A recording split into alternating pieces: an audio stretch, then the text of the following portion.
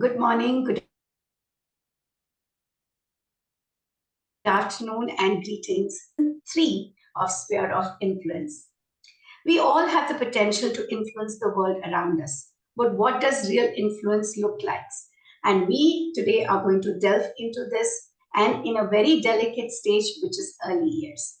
I am Simran Balani, host for today and a very proud zonal member of ECDF. I welcome each one of you to this day-long program, which we are very excited to talk about what are the well-being and other intricacies in early childhood. This is season 3. If you're joining us, just logging in, it is the season 3 of Sphere of Influence with ECDF. And as I said, we all have the potential, but what does the influence look like? And what is our contribution? Are we ready to talk about the real education that needs to happen now in early years?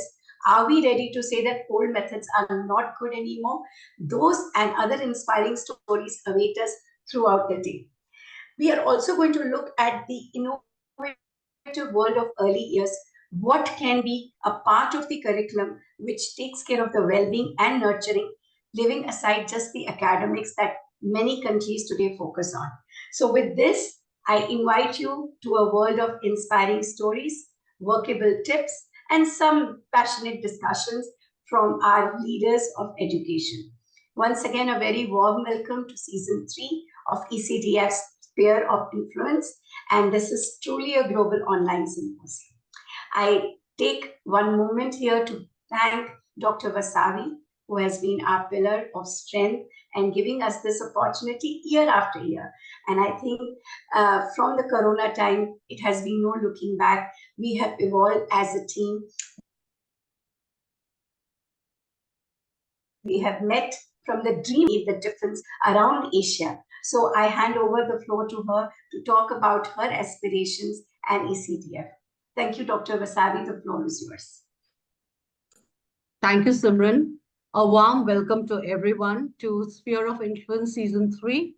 And this is one of our ECDF flagship events, which is online. And we had really a marathon doing this. Last to last, there were 90 speakers in a row for the entire day. And I remember Simran being a convener for one part of the day. And I thank her so much because and I thank everybody so much because in spite of a busy schedule, in spite of being a weekend, you found time to be a part of this event. And I look forward to a day of learning because each one will be sharing their unique topics, their unique experiences on their core competencies. And I welcome you all. And before we start, I would like to make a small presentation on what is ECDF all about, because this time we have a lot of new speakers who's joined us, and we are really, really glad to have them on board. So allow me to share my screen.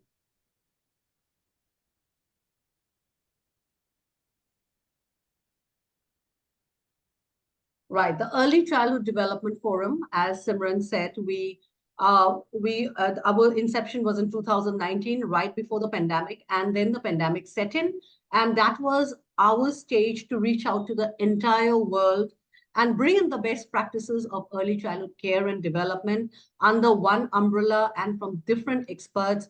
And that is how we formed the core team. And we have our core team members for this first session. Dr. Catherine is here, Simran is here, Dr. Mayuri is very much of our core team. And I look forward to having more and more close association with our experts so that we can come up with wonderful events and wonderful resources for people who would want to watch and know more. So Early Childhood Development Forum, we essentially work for children from the marginalized section, and that is why we have some fundraising events that we keep doing from time to time. Some of our resources are free, but then because we do not have a corporate funding, we generally fund our events through all these online and offline events that we come up with. And this is what I would like to feature, how we reach out to children from the marginalized section, and we try to give them the best practices of early childhood care and education, which may not be available for them because they are very in the interiors, and the educators there do not have the expertise, and so we train them up from time to time as to how they can go ahead and give these children their best in these very crucial years of their lives. So like I said, we have our teacher training programs, our Edu Talk series, we have our conferences, online and offline parenting summits, because parents are our major stakeholders, and we try to keep them aware about what is best for the child, because it's so important, I feel. We have our publications as well, and EdClan, we always invite articles from experts so that they can share the expertise. So ECDF programs are there all through the year, and we line them up, and we kind of, there our co-members curate these events, and we go about it in a way that it is of quality, and it is of, and people gain from there. So these are glimpses of the events that we have very quickly.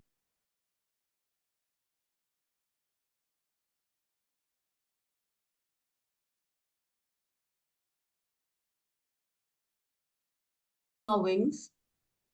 This is our core team. I'm so glad to present here, because our core team is our strength, and we always have been working together in very close association. And this is our ongoing project in a village which doesn't have electricity, which doesn't have the basic necessities that are required to live a decent life. But we are trying to extend our hand of support in whatever way we can, and spreading quality, giving them quality education, good health and well-being, gender equality, and a bit of climate action, because we are working towards sustainability and teaching them how to live a sustainable life. So these are our programs that we keep having. And this is how we reach out to the children, how we develop them in different ways, so that tomorrow they grow up to be well-rounded individuals who are contributing citizens, and also they live a happy life, because happiness is what we look at the end of the day. We need to have happiness when we are, when we are living all the time, we should be happy. And this is our upcoming event in Gurugram. It is an association with the Salwan Public School. And today we are doing the Sphere of Influence Season 3 with association of the Salwan Education Trust. And this event is going to be a wonderful event. I invite all of you to come and join and be a part of it. And then we have our international event. Last year we started with Thailand. Simi was our curator in that event, Simran Balani. And this time we are doing it in Jakarta and Cirebon with the help of our ECDF members who are in Jakarta. And this is our international event, and we are already having delegates joining in, and we are open to more of them to join in. So this is about ECDF, and I hope we are able to do what we aim. This is our passion. It is about our love for the work we do.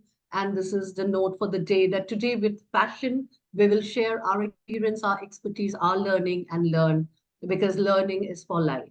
Thank you, Simran. Thank you very much, Dr. Vasavi. And yes, well said, it is our passion, and this is what we strive for. Our audience is encouraged to reach out to us if you want to make a difference and be part of our team. And thank you once again, Dr. Vasavi, for setting the stage. And I now move on to our first speaker. And it is always a pleasure to welcome you, Dr. Catherine Murray. And you're going to talk about how the learning environment speaks to children. Kindly introduce yourself. You have 10 minutes and the floor is yours. Thank you. Thank you, Simran, and thank you, Dr. Vasavi, for that nice little overview of what we do in the ECDF. And I think that's been valuable contribution to the world. So congratulations on doing that, and I'm so proud to be part of it. So I will share my screen just quickly to share just a very short PowerPoint with you. I know we're running to schedule, and it's 10 minutes each. So I'm going to be as quick as I can and keep to that 10 minutes. I am going to talk about how the learning environment speaks to children.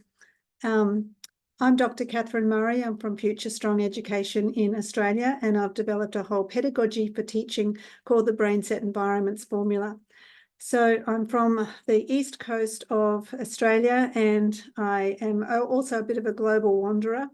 So I work and live and check out and enjoy lots of different environments. So the one thing we all know, though, is depending on the environment that we're in, we all think, feel, and act differently depending on the environment. So if we're in this environment, by a pool, we'd be thinking, feeling, and acting differently to if we're in a church or a place of worship. We'd be acting and thinking and feeling much differently. So the environment is speaking to us. The environment sort of sets the scene as to what we should be doing and how we should be acting. Now, if we were in a busy restaurant, we'd be doing something different. If we were in a yoga class, we'd be doing something different. We'd be thinking things that are a little bit different. We'll be feeling a little bit different. If we're somewhere beautiful like the Taj Mahal that our core group went to last year when we were all in India, gathered to India for our book launch, and we also went out to dinner, we were all acting a little bit differently. When we were out at dinner that night to when we were at the Taj Mahal, we were thinking different things, we were acting differently. And then when we had our book launch, of course, that was a formal occasion. So we were thinking, feeling, and acting differently in all of those built environments, because every one of those that I've shown you is a built environment. Man has built this environment, and that dictates what we do in it, what we think in that space, and what we feel in that space. It also helps to structure the type of learning that takes place in those different built environments. So the environment speaks to us, and all of those environments that I've just shown you spoke to us as we were out to dinner that night and as we were at the formal book launch. The environment spoke to us.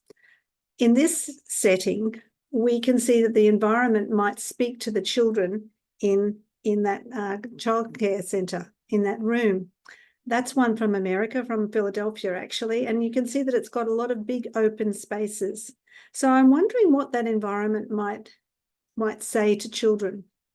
Now, from other educators that I've shown this image to, most people say that the environment would say run, because there's lots of open space there. So it would be inviting the children to run. However, if we're looking at a space like this, which is another early childhood centre, this time in California, this environment says something a little bit different. It might say that it's warm, that it's familiar, that it's a safe place to be in, that it's cozy, that it's divided up into small spaces and defined spaces. And that's really what the brain needs for learning, having a calm space for learning with an environment that speaks, that says nice settling things, nice warm familiar things to invite the child to learn. So we're really mindful about how we set up our environment and considering how the environment might think. And the brain develops in young children over the first 5 years. It's the only organ that develops over 90% in the first 5 years. That doesn't mean that when babies are born that they've only got half a brain or 10% of the brain. They have a full brain with all of the neurons that they need. But over time, the synapses in the brain make connections, and those connections happen and the neural pathways deepen because of the experiences that children have. So the environment that we create speaks to the child and adds to that neural pathway development and the deepening of those neural pathways. So the environment matters. It speaks to children and it helps facilitate all of their growth and development. Another thing that we need to be considering is the different elements that we put into our environment. So I've developed 3 main pillars: the design for learning, the feelings for learning, and the spaces for learning. And in amongst all of those are 16 elements that we can put into our environment. And these elements help to calm the brain. The survival part of the brain is the S, the emotional part of the brain is the E, and the thinking part of the brain is the T. So we've got the SET of brain set. And if we include all of these elements into our environment, what the environment is saying to the children is that it's safe, you're going to survive, you can feel safe, you can feel loved, and you can feel like you belong, and then you can think. So the environment really speaks to children. This environment speaks to children. This is a centre in Australia, And you can see that the natural light that's coming in is calming. We can see that there's soft furnishings in this big room. It is a big room, and it's very home-like, very familiar. We've got rounded corners, so we've got circles or furniture put just on the angle, so it's not all hard and fast and sharp. And that tells the brain that it's safe in this space. And it's organised and tidy. So then the brain can think because it's not over-cluttered or over-busy or over-stimulating for the child. So in this particular room, you might want to turn off the overhead lights because you really don't need them because there's such beautiful natural light. But this environment speaks to children too. Now, what you can't see in this photo is over on the left-hand side is a big open, like a hallway. And that told the children that they could run. It was like a big running track. And the teachers saw that and started moving the furniture around accordingly so that the environment didn't say run anymore. The environment said come and engage and stay at our little learning experience spaces. So you can make small but significant changes in your centre if you find that your environment is speaking and saying something that you don't really want it to say. So you might have, this is a kindergarten in Australia again, and this is a fairly open space with not a lot on the table. So that environment is saying not a lot to the children. It's not giving a hint to the children as to what they could be doing in those spaces. But some small little changes that happened in about 3 minutes, really. Just putting some books on the table, a couple of cushions, opening the books up, having something to write on. Now that environment is speaking to the children and saying, come and write, come and engage in some literacy. This one is the table, is the adult size table, and it's just a tablecloth over the top with a bird's nest and some books and some more paper, and the chairs are pulled out a little bit so the children can just slide in and sit up on those big adult chairs. And that too is inviting for the children, and it's drawing them in. So that table is saying, come and sit with me and explore with the materials that are on the table and do some writing, and it's inviting for the children. So that environment speaks as well. Now, the environment doesn't speak without careful planning.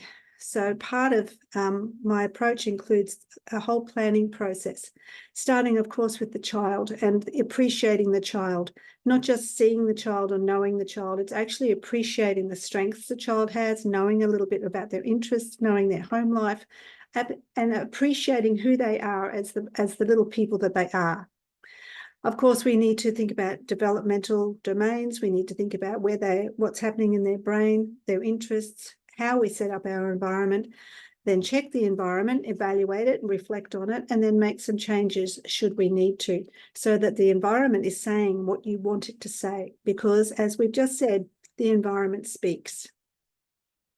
So if you want to connect with me and talk more about BrainSet, these are my contact details. I'll be very happy to talk to you about about the environment or other teaching pedagogical things. And with that, Simran, I'm going to hand back to you. Thank you, Dr. Kathy. And it was so nice that you got our pictures to get us started. And it was we could feel the difference. And as always, when I look at your classrooms, as an adult, I want to be there, and I'm sure it does a lot of good things to a child's brain. I really liked your smaller details, like where there is a lot of natural light. The overhead lights are not important, and keeping the books out, it is more welcoming. It is giving them that space to be who they are, and it is like a home away from home, so they're not taxing their brain. Thank you very much for enlightening us, and I hope a lot of kindergarten leaders have got some ideas to redo, because this will be the perfect time for them to redo things before they open up for the next academic year. So thank you so much, and wish you all the best. And it is always lovely to hear from you. Thanks a lot. Thank you, Simran. Thank you. Up next, I am delighted to welcome Dr. Smiley Muktaji, who's going to talk about embedded sustainability in early childhood. Dr. Smiley, are you there?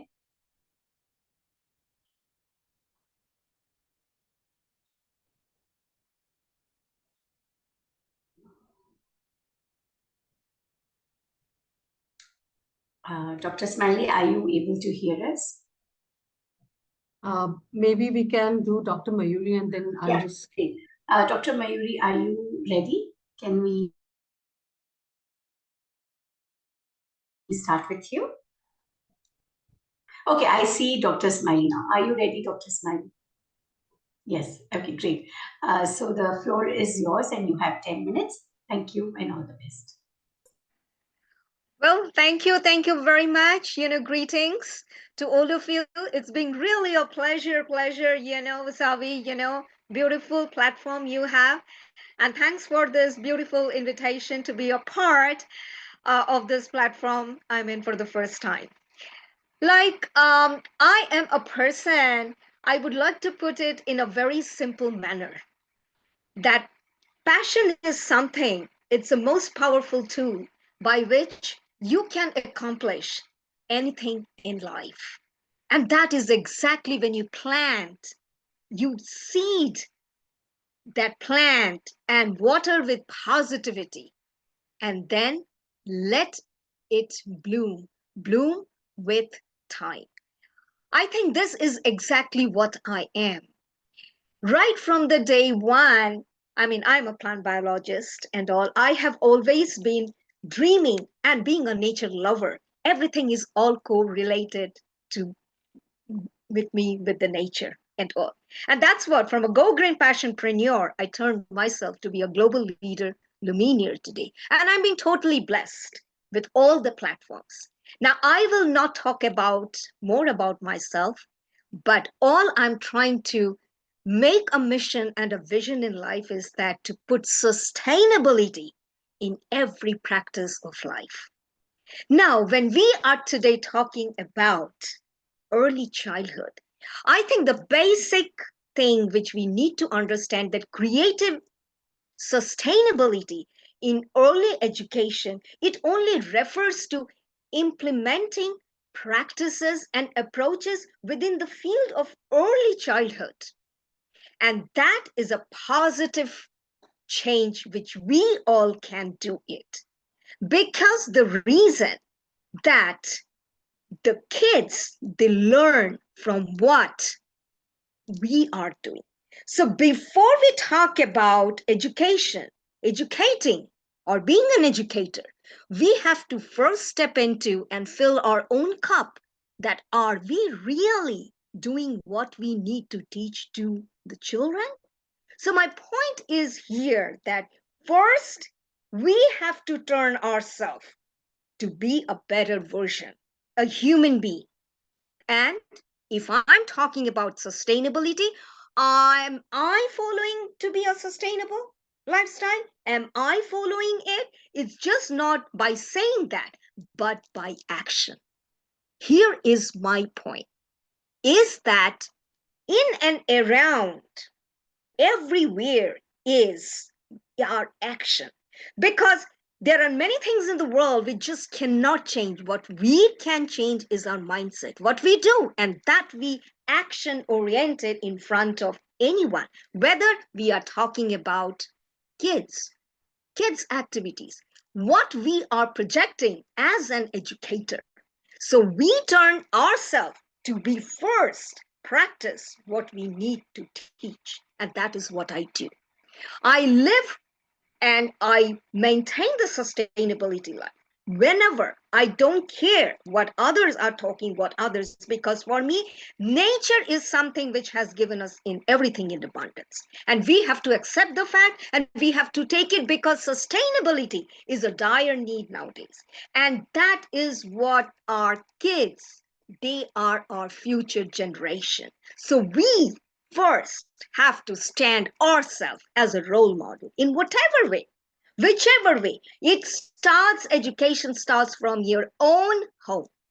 Forget about, I also personally believe, because that's what I always quote myself, and these are my own quotes which I follow in life, in that what you do is a reflection to others, not what others are doing. It's a reflection to you, because you yourself stand as a role model to do what you need to do. So when it comes in terms of kids education activities, let's start from our own home.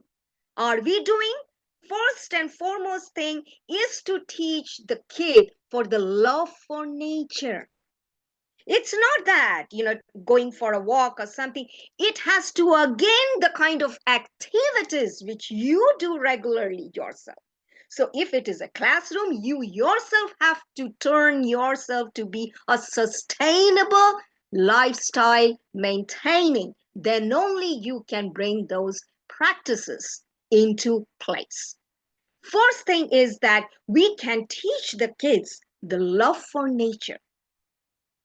Any kind of an artwork which we can create for them, give them a breathing space, not enclosed in the classroom, but teaching in nature. Go for a nature walk. Now, nowadays, we all are into a lot of materialistic worlds, correct? Why can't we stand again, step behind, take our foot back, and see that, yes, nature, take things from the nature, start using natural products, because the kid, your child, everyone is just looking at you. And as an educator, what you are doing, what you are carrying, what you are talking, and what you are eating, everything reflects. And that is the basic education. Education doesn't mean activities and books and the textbook. Education, half of this education is in and around. So when we bring the concept of nature, nature walk, natural stuff, using natural products, and the first and foremost thing to teach every kid is the 3R rule. Reuse, reduce, recycle. Do we do at home? No, again, I'm a straight shooter and a fact finder. We don't use it. We drink water, we just throw the cup.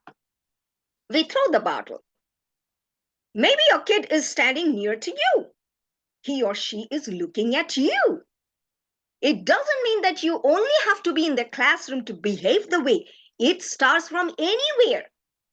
You can teach a kid anywhere, maybe sitting while traveling, anywhere on the road, so the kid is picking up that from you. I still remember one thing. It's just a simple example, right? When I went to, India, I was in a park and I was sitting in the park. That was in the early morning. And, someone came and ate the banana and threw the banana peel in the park. And there was a kid along with, maybe the grandma and all. I picked up that banana peel, and I went to that lady. She's not known to me.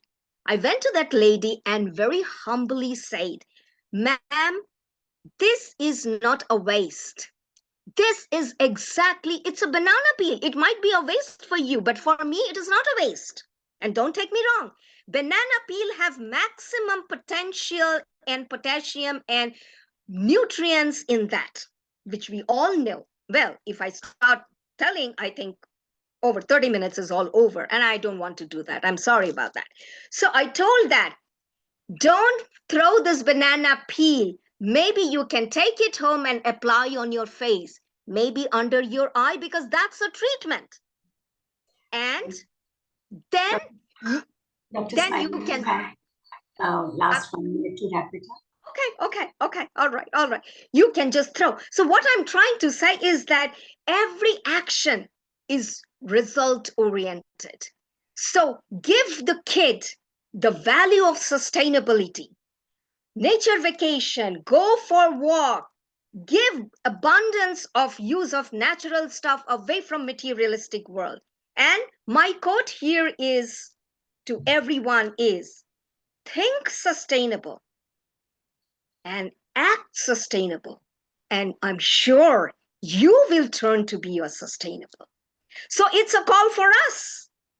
It's not for kids. It's a call for all of us. If we start doing it right from today, action starts to the nation builders who are the child. And I believe in this simple policy: live loud, happily, be sustainable, and live a sustainable, healthy lifestyle loving nature. Thank you very much. Dr. Smiley, and thank you for encouraging people to walk the talk. So that's what you're imbibing in your life. Thank you very much. It takes a lot to go up, walk up to someone and say, hey, you could do things differently. So thank you so much for that powerful dialogue. I really, really appreciate it. Thanks a lot. Moving on, it is my pleasure to welcome Dr. Mayuri Dutt, who's going to talk about childhood in crisis, issues at stake. The floor is yours. You have 10 minutes. Thank you.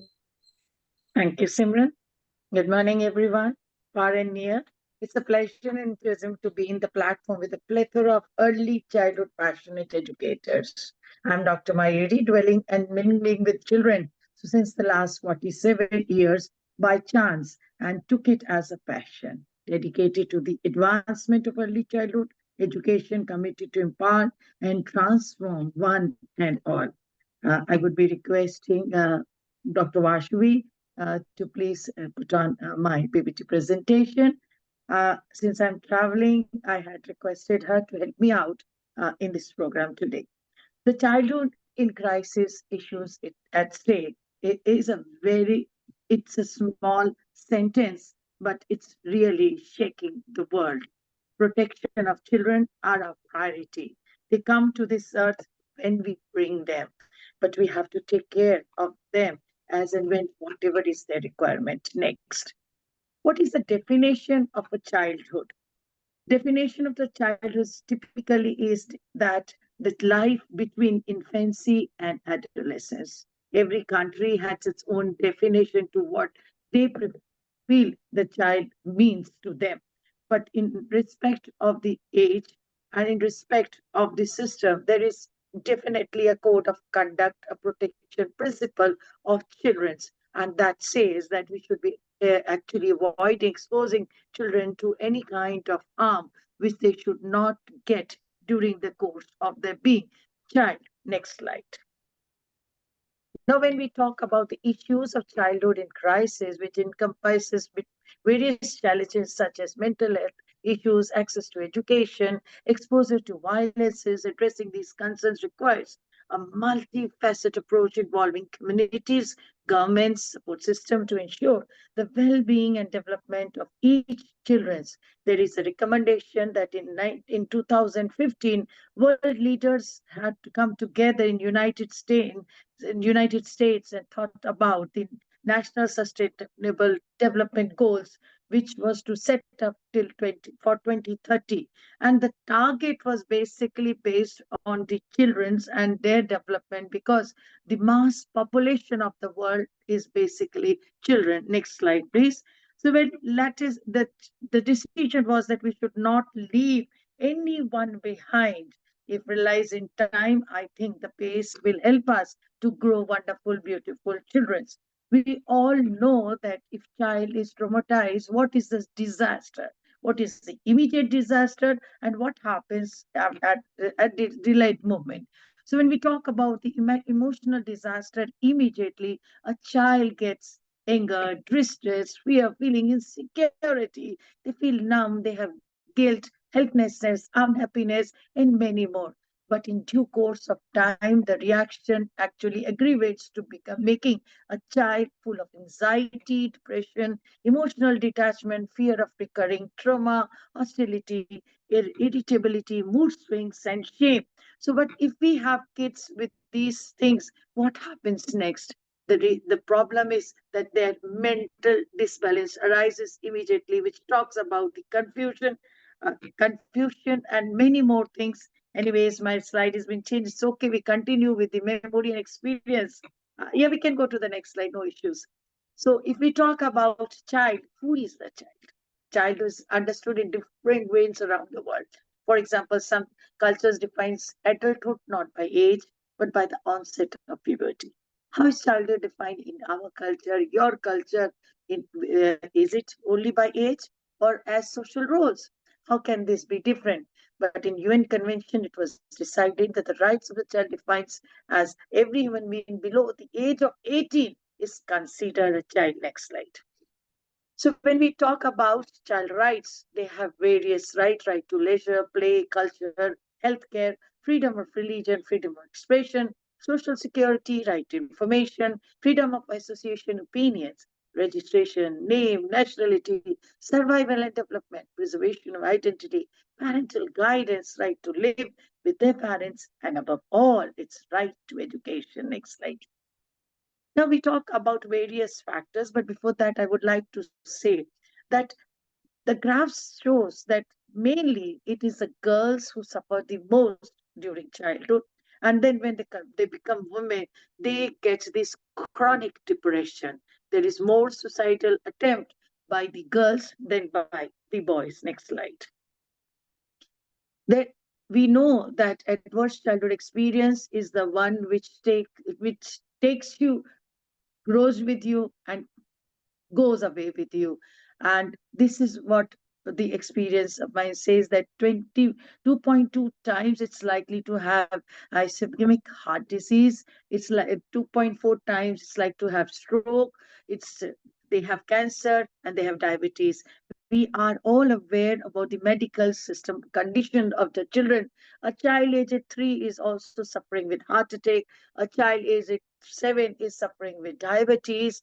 The children at a very early age are suffering with strokes. So this is all because of various depression, mental illness, and all happens due to traumatic experience in the childhood.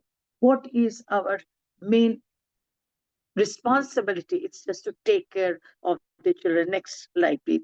There are 10 factors driving the change and for children since 2000.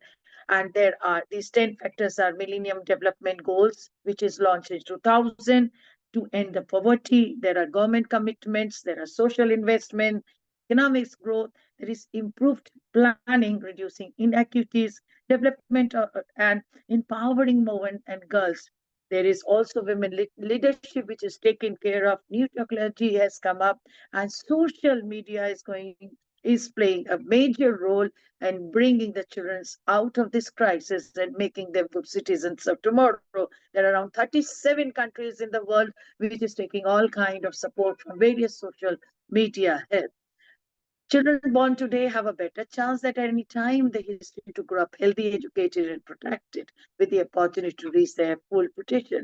Even a generation ago, a child was twice as likely to die before the age of five, of 70% more likely to be involved in child labor and 20% more likely to be murdered. We consider India as the only place where there is more child labor, but actually it is wrong. India is one of the country which is having this problem. South Africa and other places are also having the same kind of child labor in their own countries. Next slide, please.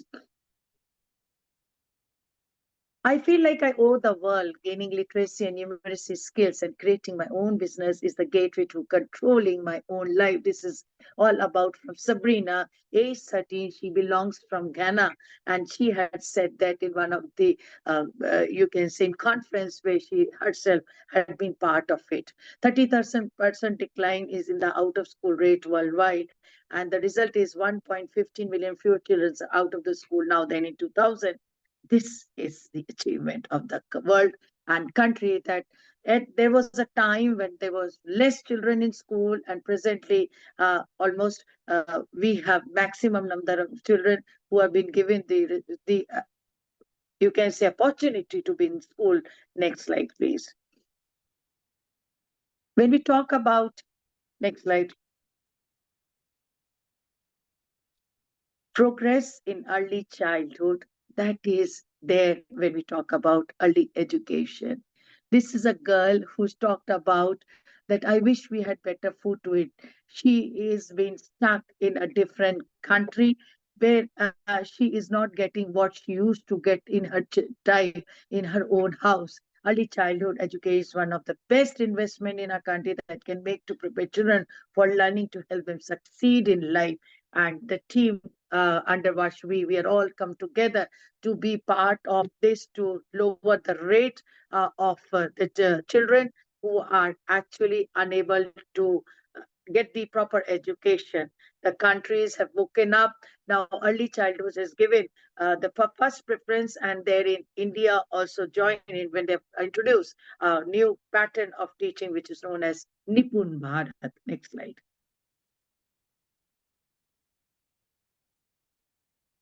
So barriers to access quality education crisis affects, and we are there together to help child protection mechanism. And I think it ended earlier. Why should we? I'm so sorry. It's okay. Doesn't matter. Now, basically, we are all come together not to say that what can be done. We are here together to find out solution, to make sure that our problems are eradicated, the problems of students are eradicated. As per the first speaker, it is not the nature, not the nurturing or the nature. It's the question is how we are developing the environment to nurture our children's in future. And this is what the end of the childhood index scores of various countries talk about it. India's condition is at 623. There actually the counting is 623, wherein many children are missing out their childhood. That is what is the research and the outcome of the research. So let's all come together with the world in giving a very good, you can say, a position to children all across the country with people of the same mindset. The next slide, please. And when we are teaching children in our school, we are bringing in all kind of various ambience for children to settle and adjust. But then when the children, when they go in the hands of their parents, their concept has to be changed, wherein the parents have to decide upon putting on various different type of a question as what was the funniest thing that happened today. I saw that the first speaker was talking about the ambience in the school. The schools are taking more interest and preparing a beautiful ambience for children to adjust and settle, but it's the parents' mindset which is not accepting the surroundings, the system, the new playway method, full learning method, and experiential learning method. And that is why they always come up various different questions to their children. So my suggestion is that if as educators we can change the children's concept. Next slide. You have 30 minutes, 30 seconds to wrap up. I've just finished my 2 slides only, ma'am. So I am just sharing some success stories of Bangladesh, Ethiopia, Mexico, Philippines, India, Afghanistan, and Colombia. I would say that India has greatly reduced child marriage through legal reforms, programs to educate children, girls, and public awareness program is helping India to grow in addition to other countries. Next slide. And it is easier to build strong children than to repair the broken men. My topic was that childhood is in crisis, and let's come together to help our world grow with beautiful children, not in looks, but beautiful at heart. Thank you very much.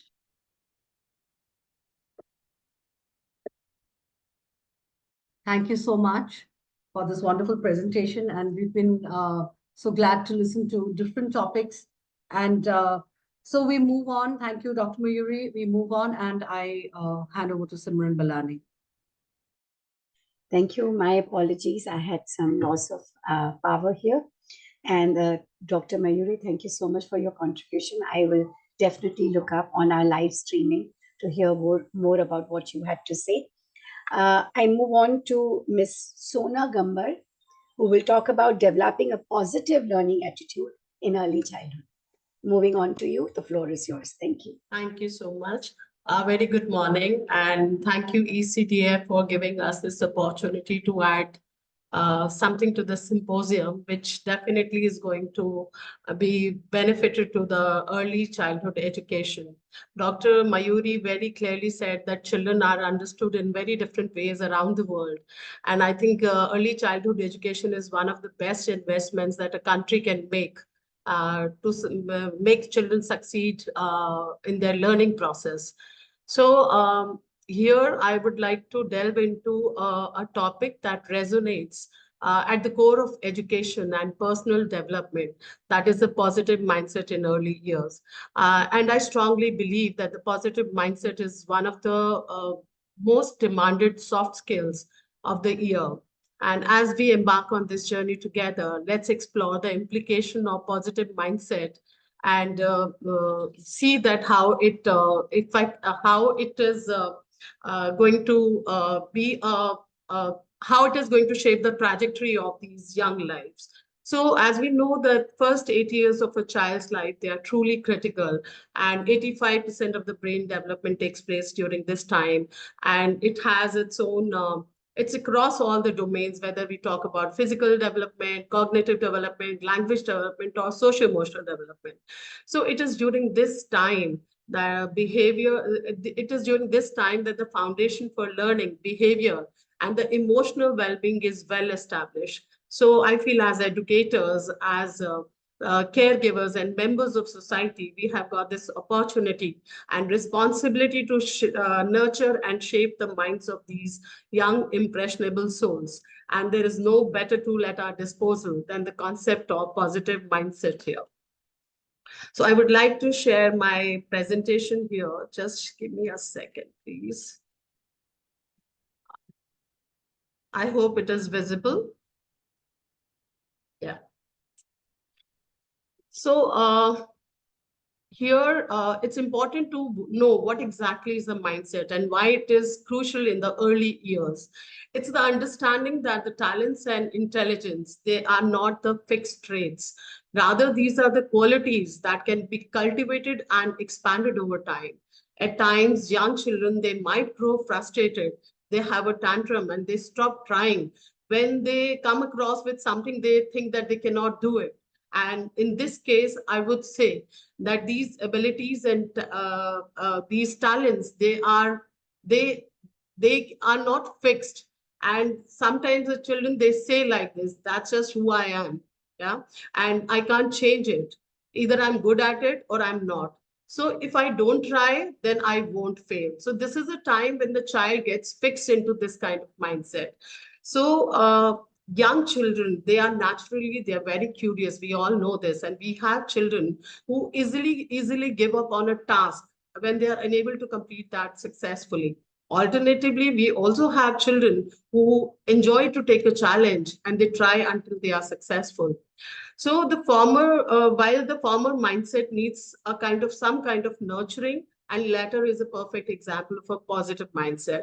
Mindsets can be both positive and negative. I think I can versus I don't think I can.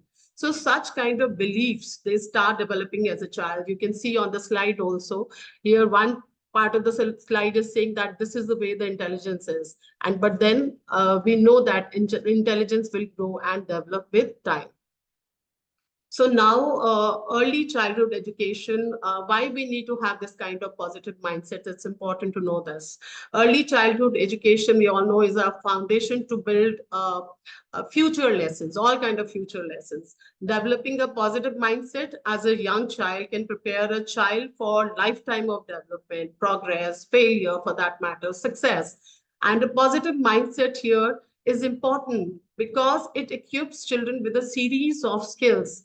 They learn to develop these skills with time and they work towards building on it. It can help them to become resilient. It can help them to take responsibility of their own life. So that's how we need to have this kind of mindset. Now, how to cultivate positive mindset in early years?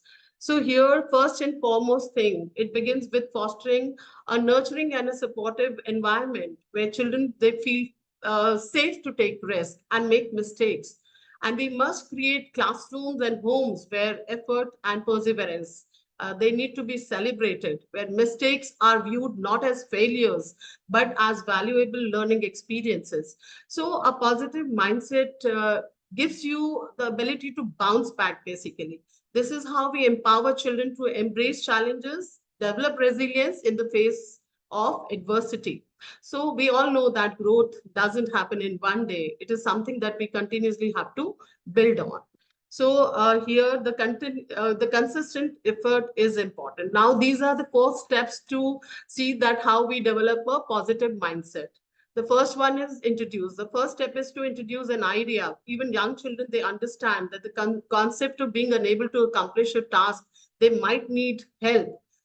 Maybe with initially when they start their journey with the alphabets, with the numbers or shapes. The second step is identify. Now, how we continue this kind of positive mindset in our young children, we identify in their daily activities by guiding them through these statements. For example, we can say that I can do it, I want to learn, I can keep trying. When children, they use these kind of phrases, so we need to identify it with positive reinforcement. The third one is model it. So as an educator, we are the one who are we are the one who are role models for our children. So we need to tell them the process of trying, learning something new and growing. So because children, they are curious about their environment and they explore and learn through all their senses. The fourth one is practice it. Now, once children, they learn about this kind of mindset, so practicing and reinforcing the idea is very crucial here. So we need to create opportunities for a kind of productive struggle where children, they are given time to work through their problems independently. And now the studies have also demonstrated that children who possess this kind of mindset, they are very motivated, they are resilient, they are academically successful. They also exhibit higher levels of self-esteem, perseverance, and emotional well-being. And which is, of course, which lays the groundwork for future success. Now, these are the few ways to cultivate a positive mindset in early childhood education. The first one I'll pick up is the praise. Praise the process, praise the effort, not intelligence. So when we provide feedback to the young learners, we focus on their effort. We should not, sometimes we focus on their efforts and strategies rather than their innate abilities. So we are praising the child for his behavior. It's rather, I would say, important to praise the child for his behavior. And we must be very mindful of the language that we are using. So instead of saying that, normally children, teachers, they are in the habit of saying that you're a good boy. So rather than saying this, if a child has gone through some kind of process, so it's important to acknowledge that process. So maybe, for example, the teacher can say here, I really like the way that you tried reading, or maybe by yourself, or you are sounding out the words so well. So this is something which we are talking about, a particular behavior or the process. So it's important to associate success with effort and perseverance, not just with being something we call it as naturally gifted. So by praising the process rather than the outcome, we send a powerful message that success is not determined by innate abilities, but by the willingness to learn and grow, I would say.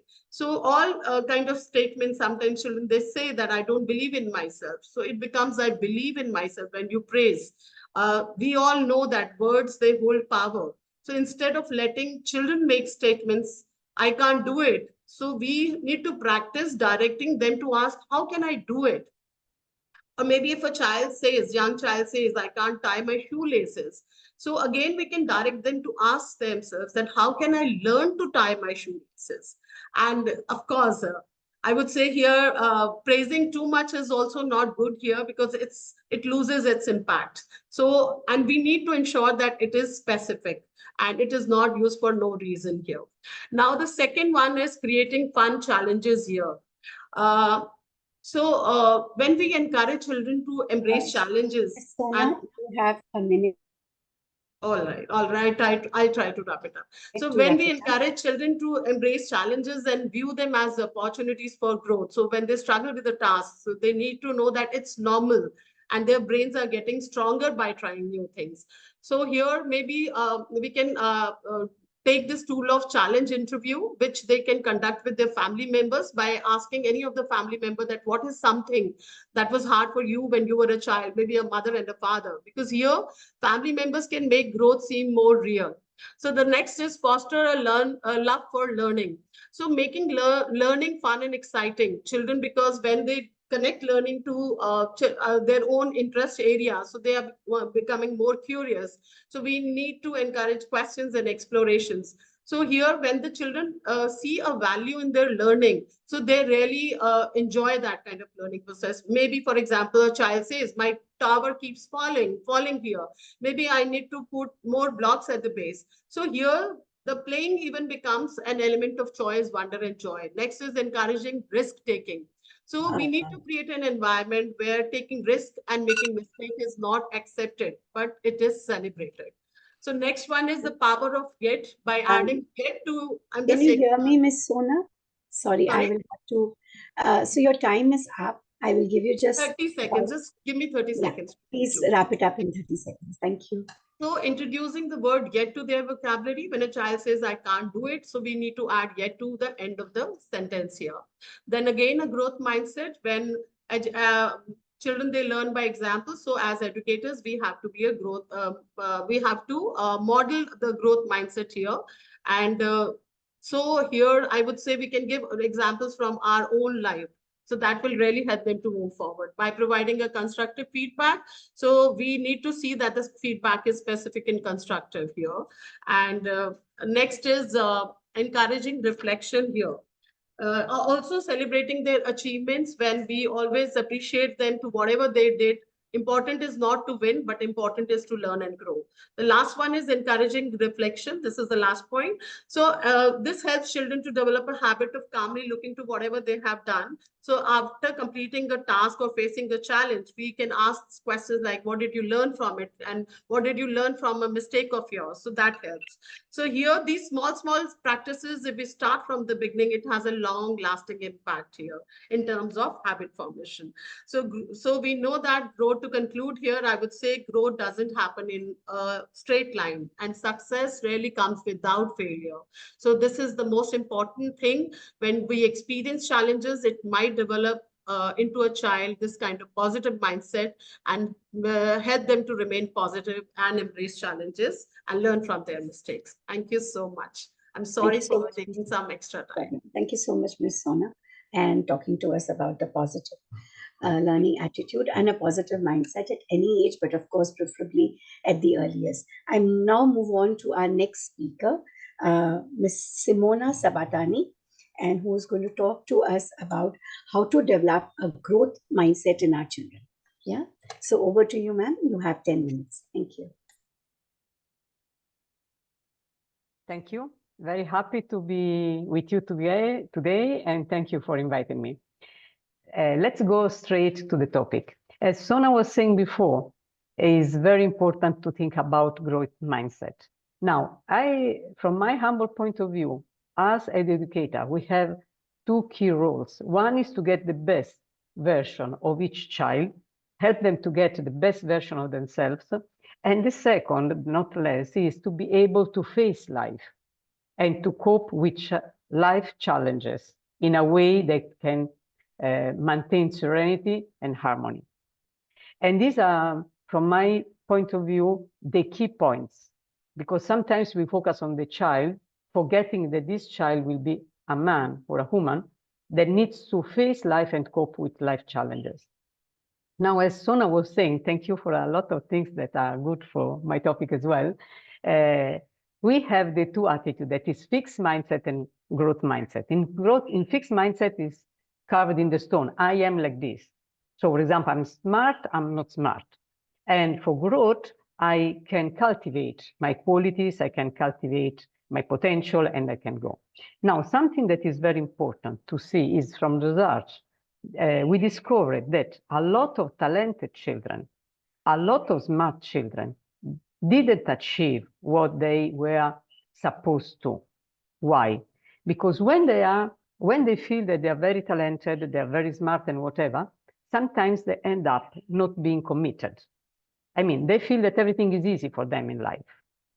So this is something to keep in mind. And then I want to share with you a story that Professor Dweck, that has been researching for growth and fixed mindset for more than 30 years, shared as one of her first research.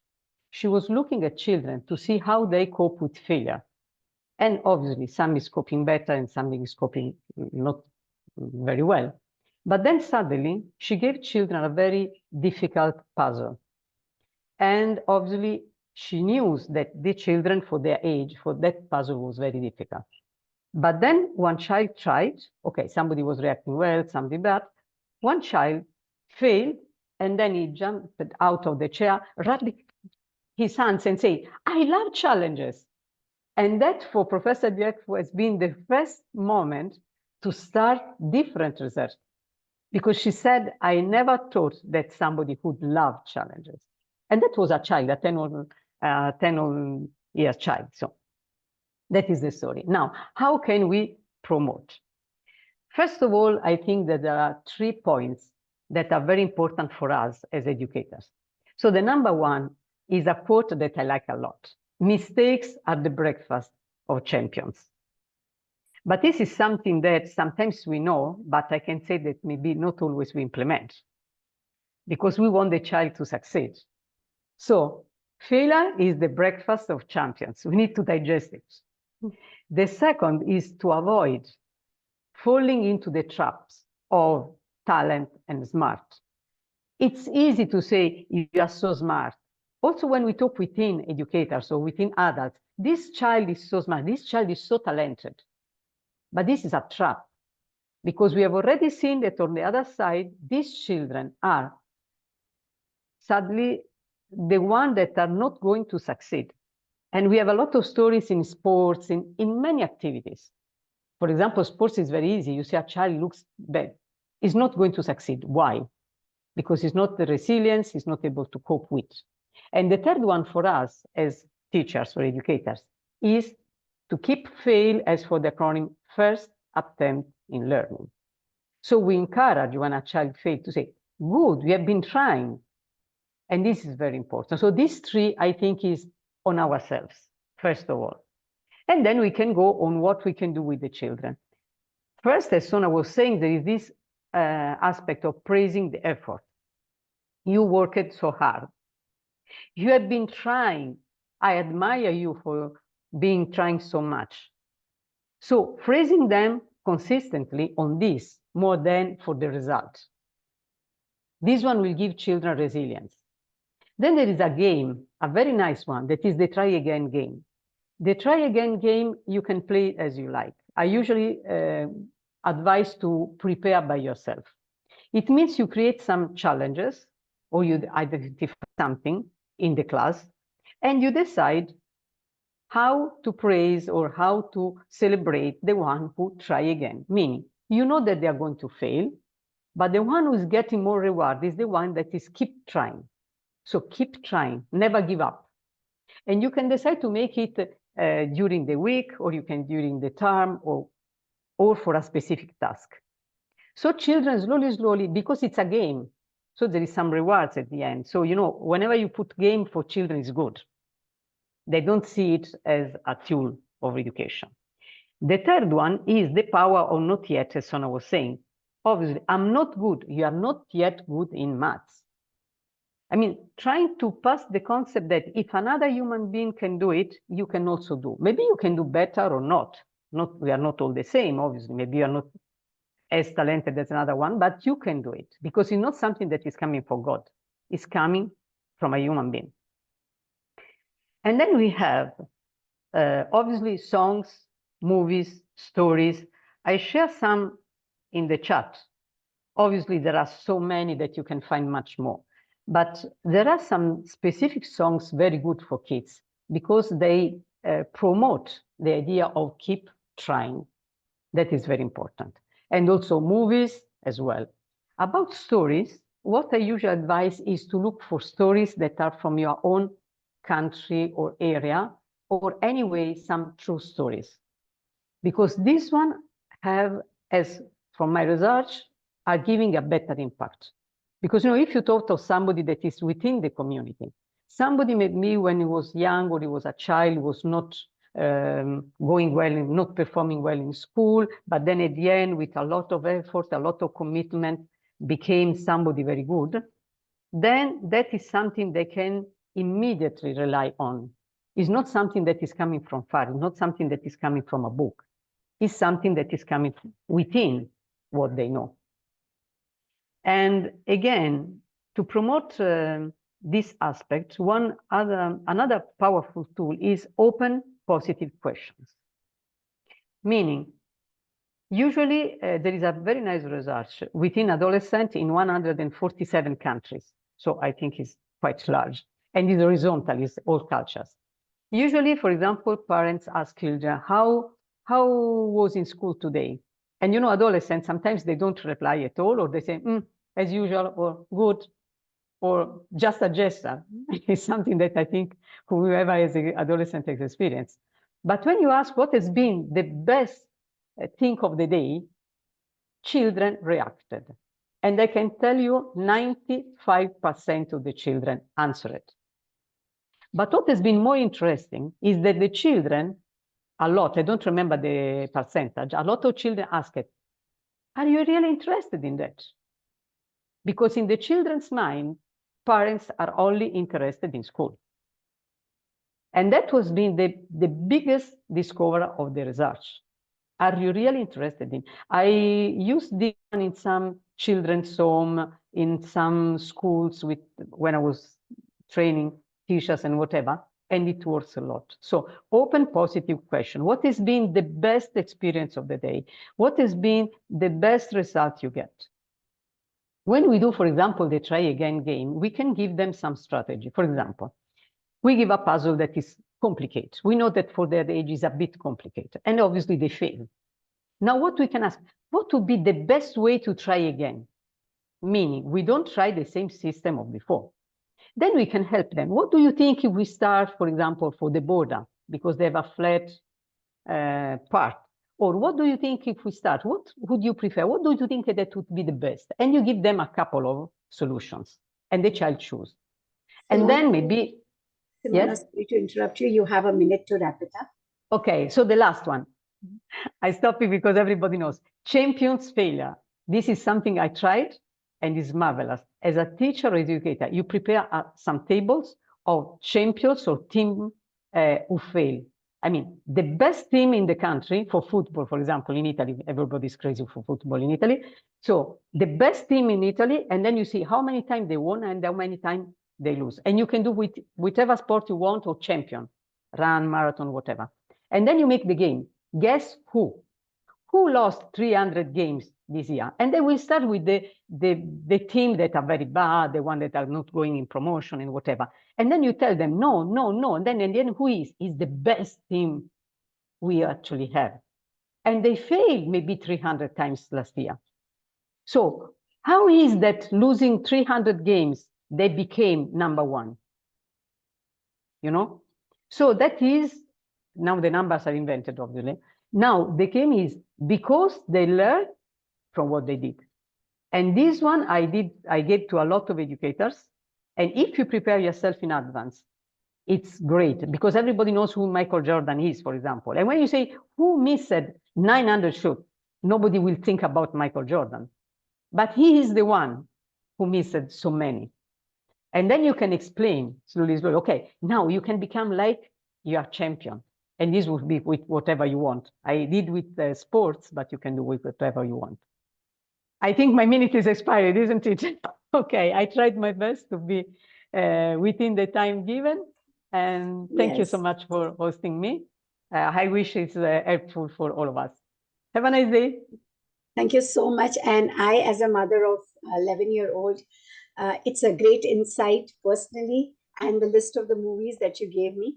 And anyways, we were planning, me and my daughter, to watch movies. So these are my nominations for the movies to watch with her. Thank you so much. It was real pleasure listening to you. Thanks a lot. Thank you.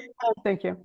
Moving on, we move to Miss Priyanka Barar, who's going to talk to us about developing a culture of individualized learning. Over to you, Miss Priyanka. The floor is yours. Thank you. Thank you.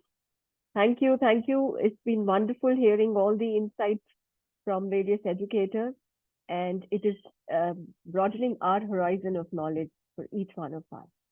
So very good morning to everyone. And as I begin, I would like to quote George Washington Carver. Education is the key that unlocks the golden door to freedom. Well, we all agree that education is a dynamic field. Dr. Vasti, can I have my slides being put up? Yeah.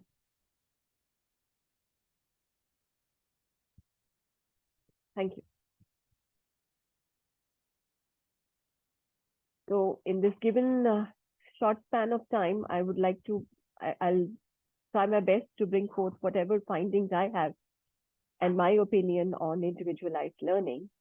And over the years, this education system has undergone significant transformations, shaping the way students learn, teachers teach, and schools operate. In the past, education was often characterized by a traditional approach. Next slide, please. Emphasizing rote memorization, teacher-centered instruction, and uniformity. However, in the recent decades, there has been a shift towards more progressive and student-centric approaches. Education systems now emphasize critical thinking, problem solving, collaboration, and creativity. The focus is on equipping students with the skills and competencies they need to thrive in a rapidly changing world. Technology has opened up new possibilities for personalized learning. It has also facilitated access to information and expanded educational opportunities beyond the confines of traditional classrooms integrated. Next slide, ma'am, please. So why do we need individualized learning? Psychological studies, next please, have considered the effect. Next one. Yeah, this one.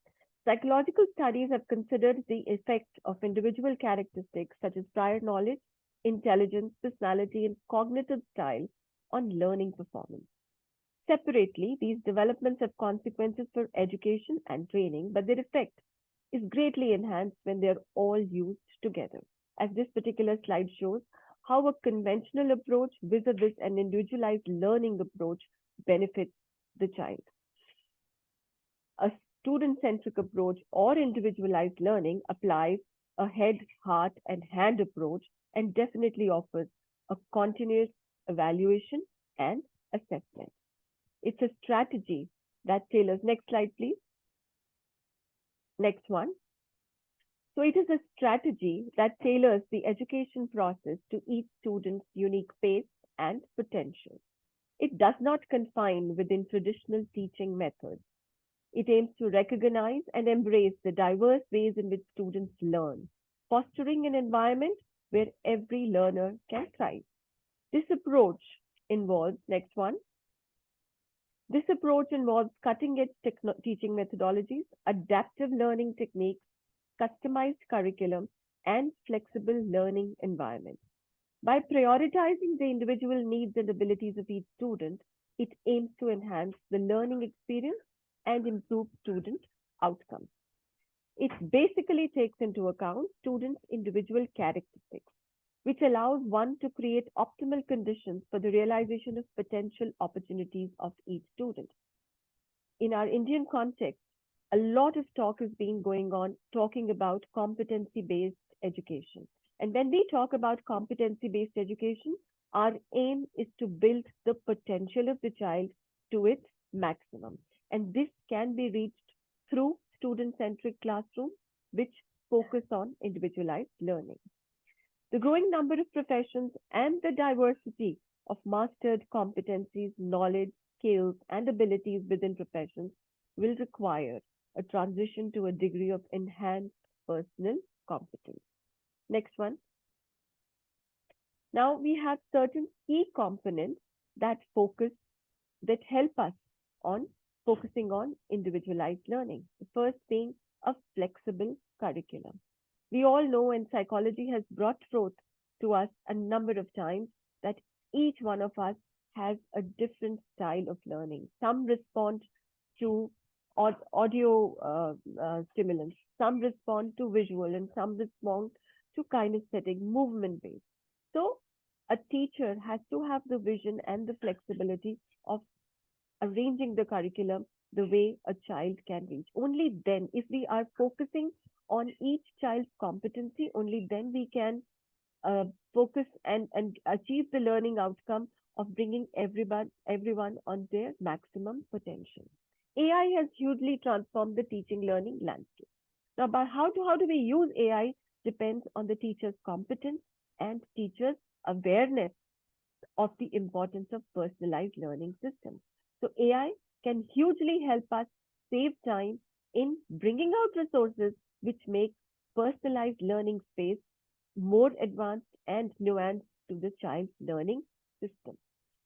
And this can further lead to preparing, developing, growing as a leader, which requires a need to understand students' complex cognitive skills. Next slide, please. Now, individual learning can take place through a number of methods: blended learning, project-based learning, individualized instruction, microschools, and learning pods. I'll briefly touch upon each one of these. In individualized learning, teachers adapt their teaching methods and materials to meet the specific needs of each student, allowing them to progress at their own pace, where everyone is not supposed to reach the same milestone at the same time. That is the central focus of individualized learning. Blended learning, combining traditional face-to-face instruction with online learning resources and activities. Blended learning allows students to access customized content and learn at their own pace. And when we say learn at their own pace, a teacher's focus is on building critical thinking and curiosity in the child. And often this purpose gets defeated when the teacher is mainly focusing on bringing out content, everything on a platter to the child. We kill the curiosity, we kill the desire to learn and explore. Project-based learning, engaging students in real-world projects that align with their interests and learning goals. Project-based learning fosters deep understanding and development of essential skills. Microschools and learning pods, small personalized learning environments that offer individualized instruction and support that cater to unique needs of each student. Next slide, please. Now, how can we achieve that?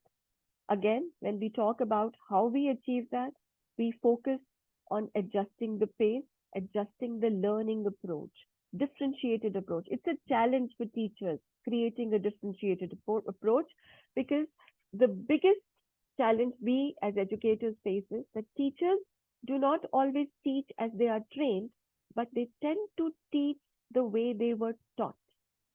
So, as in our country specifically, I would like to talk about, we are moving away from teacher-centric classrooms to student-centric classrooms. So as we are doing that, creating a differentiated learning approach becomes a little challenging for teachers.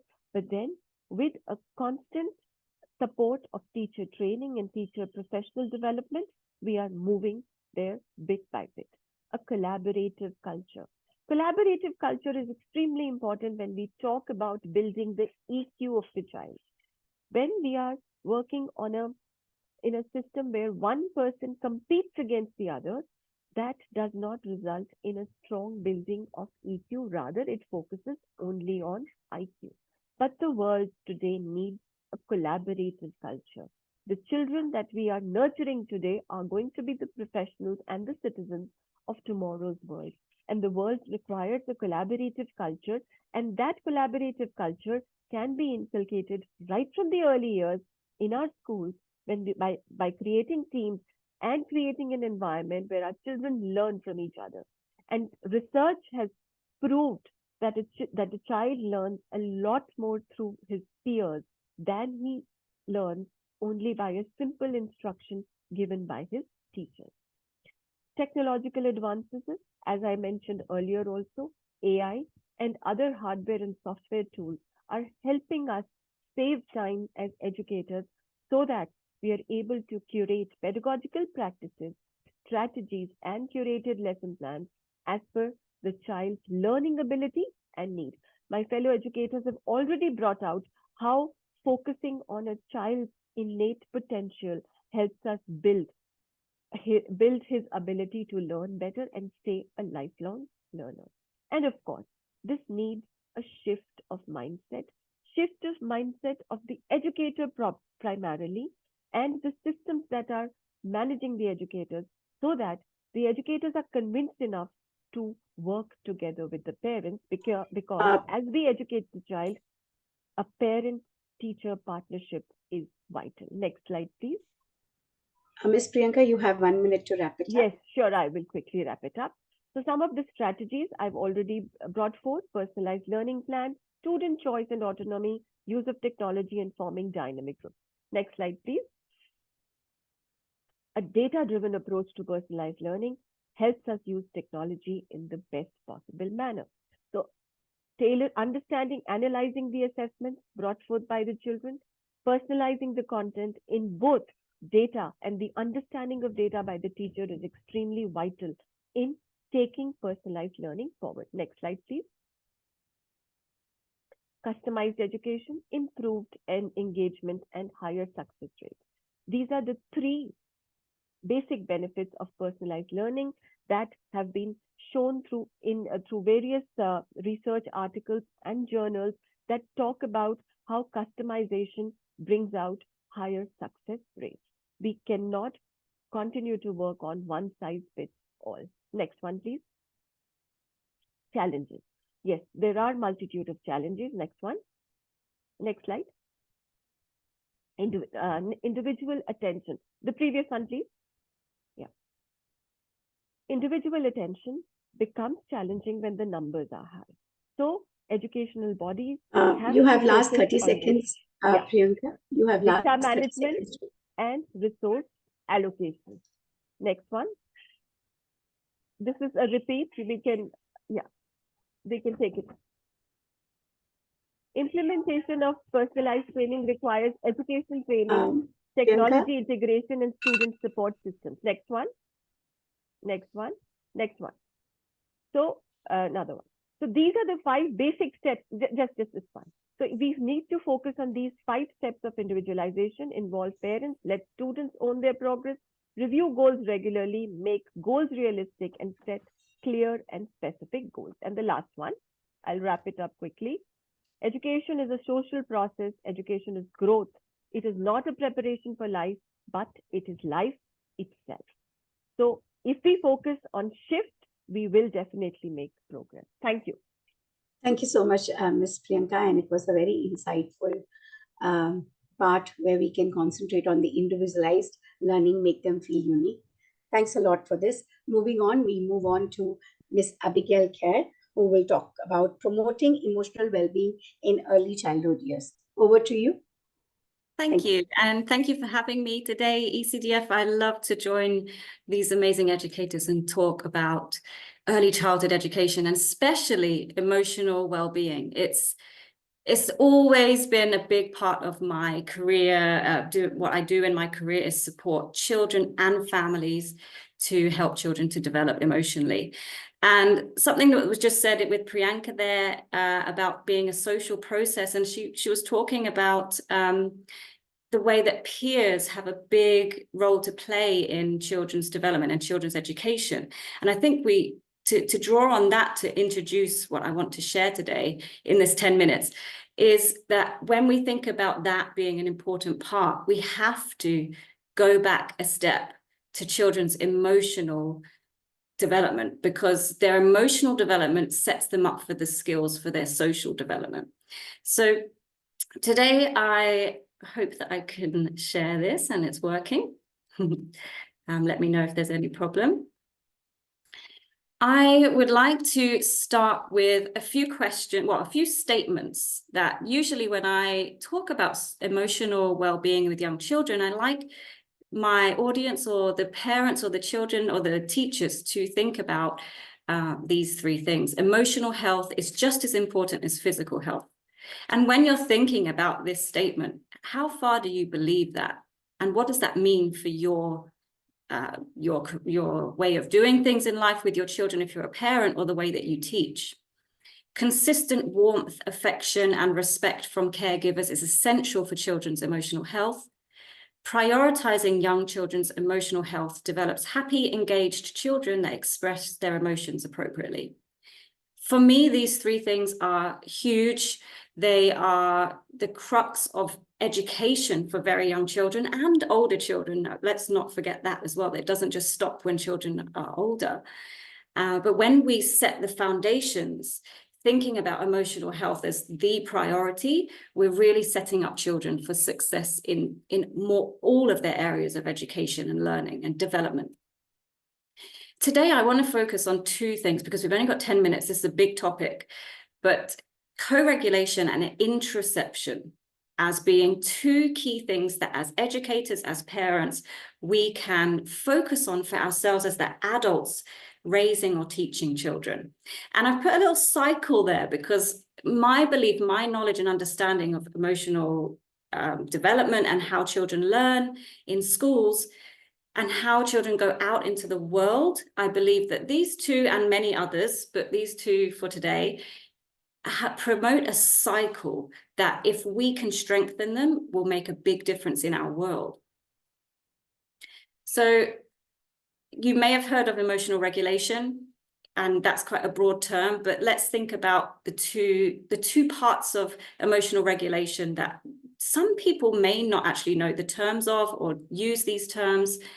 You may not have training specifically if you're a teacher in doing this. I have to say, I didn't get training in this until I started doing teacher training courses myself so that I could teach teachers to do it. So dysregulation, you can see by the picture that I've chosen, is an extreme form of inability to regulate an emotion. And often it comes with behaviors that are challenging for the people around, for the child as well. And then on the other side is co-regulation, and they come hand in hand. So co-regulation is when we as the adults use our calmness, we use our parasympathetic systems to help children to calm down from their dysregulation. We might sometimes in those moments when children, if you're a parent, the other day I saw a parent getting very flustered with their child who was screaming in the shopping mall. And we get triggered, we get worried, we think about what other people are thinking. So it is hard for us to consider co-regulation sometimes. We want to punish, we want to stop that behavior immediately and show people that we are teaching children a lesson when they're behaving a certain way. I want to move away from that as much as I can, personally, when I'm working with children and when I help parents and teachers. When we go to co-regulation, when we give children a hug, or we hold their hand, or we just come close and we get down to their level and we tell them that it's okay to feel those feelings. We allow them to feel the feelings. We don't think that all behavior is okay. That's not what I'm saying. But what we do is allow them to see that someone is there for them, even when it's really hard, even when they're behaving in a way that, is not appropriate. Someone is there for them and helping them to regulate. Because when we co-regulate with children, we teach them really, really important skills for their own self-regulation. I was in Sydney the other week with family, and my brother's his partner's just had a baby, and I watched them co-regulate with their child, their newborn baby, when he was hungry, when he needed changing, nappy changing, when he was crying, when he was happy. They even were co-regulating, they responded. As children get older, sometimes we stop doing that because we think they should be able to do it. But let's remember that brain development, the thinking part of our brain, doesn't develop until the mid-20s. So children under 6 years old need help the same way a newborn baby does too. And when we help them to regulate, when we show them that we're there for them, when we bring our calmness to them, we help them to self-regulate. They learn it. That might be to be able to play with other children. We were talking about the peer relationship just now, being able to play with other children without, and managing those emotions that might come up when they're playing with someone else. There's a little girl hugging her knees, finding a way that helps you to calm down, finding those ways because someone has shown you how to do that. Being able to listen and focus on learning is a key part, right? But it all comes down back to being able to self-regulate. And what we know is that children will take years to learn to be able to do it very, very well. And even some adults, we find it hard still, don't we? So that's co-regulation. I just want to really briefly share a little bit about interoception as an additional way that we can support children. And interoception is helping children understand what's happening inside them when they have a feeling. So that could be, I usually advise, if we're not used to doing this kind of thing for ourselves and with children, is to start with positive feelings like happy. What does it feel like to be happy? What does it feel like in our body? And I love this first question. This is a template that I provide to parents and teachers that we can do. There's different ones out there actually that you can use. What color is your feeling? And I love this. It's like, okay, when I'm feeling happy, it feels like yellow. It feels like yellow, like the sun. And where do you feel it? I feel it right in my heart. It's really warm. It's a really big feeling, big like a mountain. And if I could touch it, it would be really soft and squishy. And we might want to describe more things about our feelings. But what we're doing here is helping children to understand what's happening inside them and give some words to it. Obviously, young children may need a bit of different approach, but children that have got language, they can bring this out. And what we do here is a very, very important stage, which, and personally, I didn't experience anyone asking me, what does it feel like in your body when you're sad? What does it feel like in your body when you're happy? But when we do that, we give power to children to help them understand themselves and their feelings. And doing this over time for years and years and years in their early childhood years will give them such a stable understanding of themselves as a human that has lots of feelings and how to manage those feelings. They might be positive feelings or more challenging feelings. How do we manage them? How do we act on them? It's a really important part of bringing them back to their thinking brain. My advice is to use this during calmer times, not in the big emotions at first, but slowly you can bring in this kind of conversation to big emotions as well. So I mentioned the cycle at the beginning of this presentation. And what I mean by that is if we co-regulate with children, if we manage ourselves enough in those when children are dysregulated and challenged, and help them with our calmness. We help them to learn. We also teach them how to understand themselves through interoception. We're giving them strong skills to be able to do it themselves. So later, they can do it to their children or the children they teach. And then those children will have even stronger skills here. And they'll be able to do it even better and even more established for the next generation. And imagine if we have future generations of children that can manage their feelings and emotions in the most strong way, how that would change our world. Abigail, you have a minute to wrap it up. Well, I would say that when I think about how thinking about children's emotional development can change the world, I say this to a lot of parents that I work with, particularly because they come to me feeling quite challenged and dysregulated themselves. And just thinking about the way that each response they have to their child, they can work on new ways. And you can, if you're a teacher or a parent, work on new ways to manage yourself so that you can co-regulate and add in more ways of talking about children's feelings and how that helps them to understand themselves so they can manage their feelings and emotions. Because, like I said, I think we can change the world by doing this. Thank you.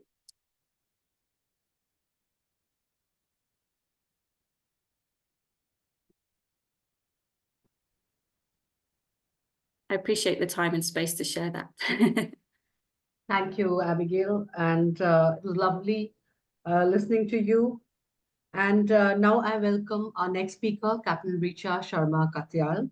Should be speaking on promoting holistic development through an integrated learning approach.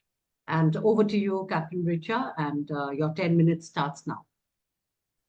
Thank you, Dr. Vasuvi, and thank you, ECDF, for giving this opportunity, not only to share our little views in the next few minutes, but also like what Mrs. Barara just said, broadening our own horizons and taking all these learnings into our classrooms, not only in the early childhood classrooms, but also taking it up further up the ladder. So if you just give me a minute, I'll share my screen and I'll begin my presentation.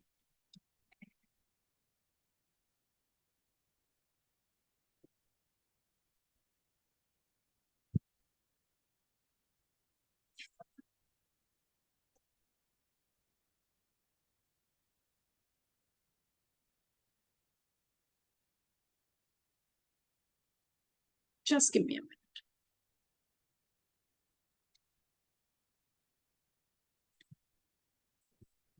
I hope my screen is visible. So, Yes. just. I take up the thread from where all our eminent speakers have spoken. Everything that I'm going to speak about the holistic development is what our speakers have already given a little glimpse of the same. So childhood, and especially the early years, is unarguably the most mesmerizing stage of a human life. For it's here that the foundation lays all the things that matter, be it the health, the behavior, or the future learning. Education in early childhood is very relevant today, and I take up the integrating learning approaches which are required to shape our young learners holistically. The whole child concept is what I take as my base to talk about the holistic development and the integrated learning approaches. When we regard a child in the early years, we don't regard the child as just an individual to be taught. He's a multifaceted gem.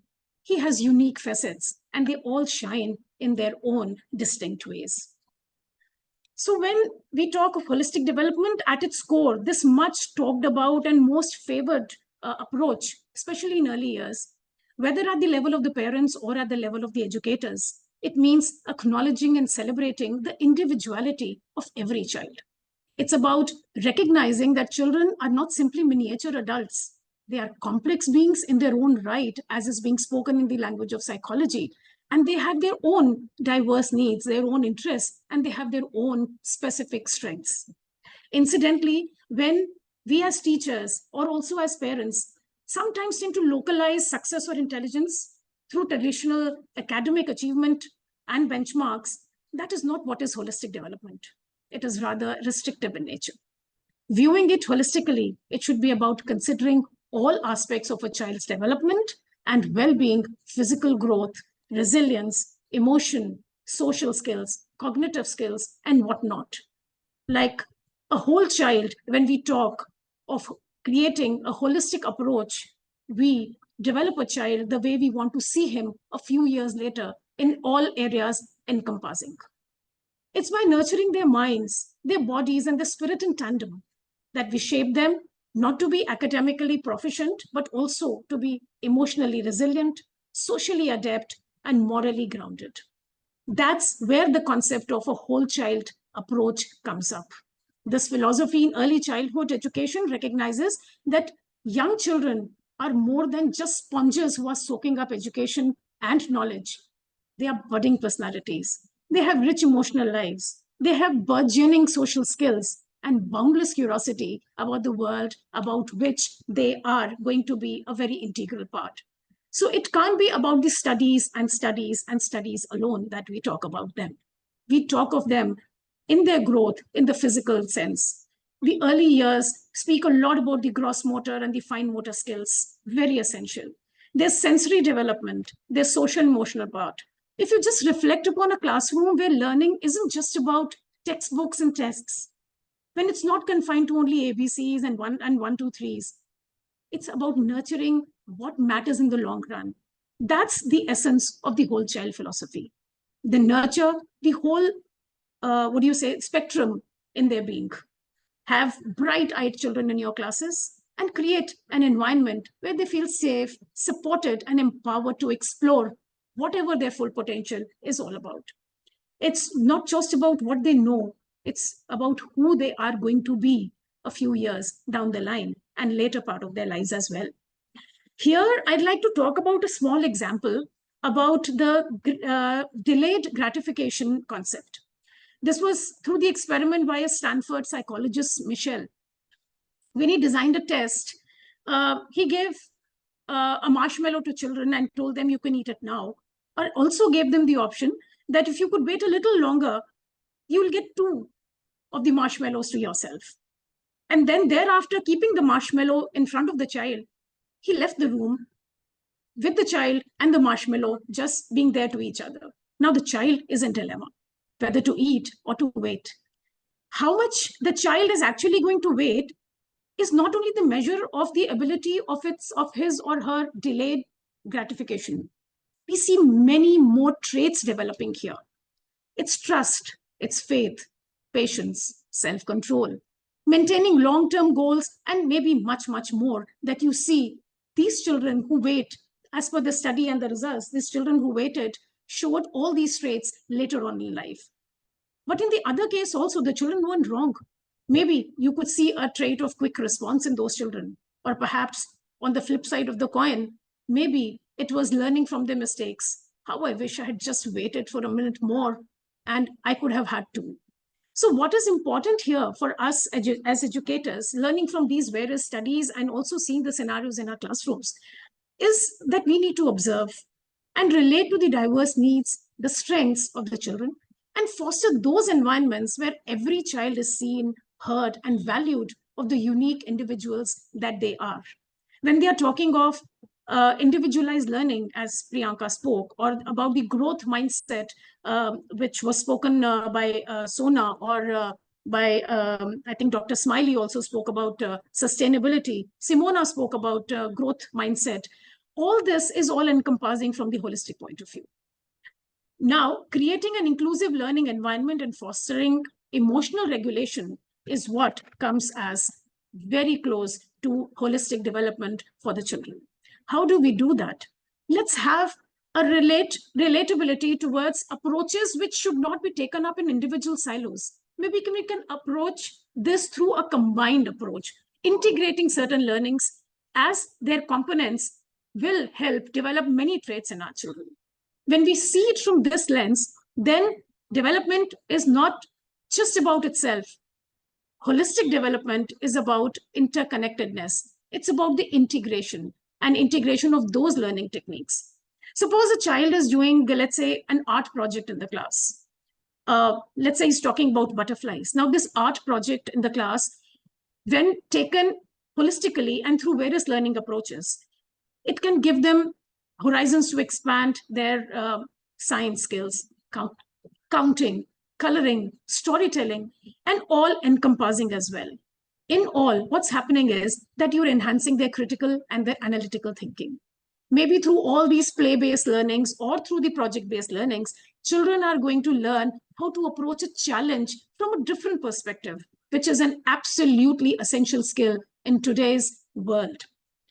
When we talk about developing our children for future, we talk about giving them life skills, talk about soft skills, talk about teamwork, leadership.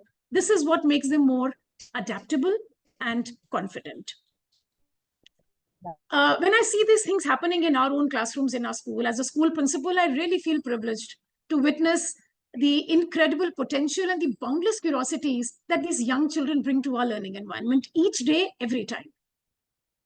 Simulating real life experiences, going to supermarkets, doing small activities to going larger project-based learning, doing some germ activities, or going through the scribbling on the sand. As you can see it here on the picture, these are our children doing and these scribbling whatever comes to their mind. This is the time they enjoy the most, excitedly, happily, making learning fun for them and also making it very worthwhile.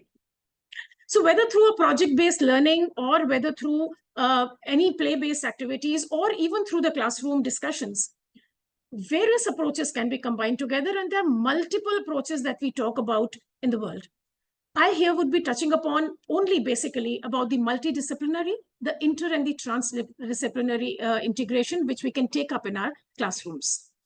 As per definition, multidisciplinary approach, you have different disciplines or subject areas which are studied separately and in parallel to address a common issue or a topic. You can make use of thematic units. In our classrooms across the globe, one very common topic is community helpers. When we take it up to, can you hear me? Yes, I can. 30 seconds. Yes, I will be giving, just give me a minute, I'll be winding it up. So when you're doing whether a multidisciplinary or an interdisciplinary approach, everything is transcended. And when you take it through to the transdisciplinary approach, you can take it onto a real life. Like Dr. Smiley was talking of sustainability. Take children out to the market. Take it down out them to the real life scenarios. Take them to the nature. Take them to the outdoor activities so that they can relate and integrate concepts from science and from the environment. Say sustainable today, talk of sustainability tomorrow. So as school leaders, as school educators, what is our responsibility? It is to culture and cherish and prioritize the holistic development for every child so that the diverse needs of our students are met with. While we do all this, it's not a cakewalk every time. You have challenges, and along with challenges, which you can see it on the screen, along with these, you have opportunities emerging out of these challenges only. When these come up as a twin thing, you know you can use the challenges as opportunities and pave way for the success of our students for their personal as well as for their professional growth. In early childhood, let's commit ourselves to seeing each child as a whole being, worthy of our attention, care, and respect.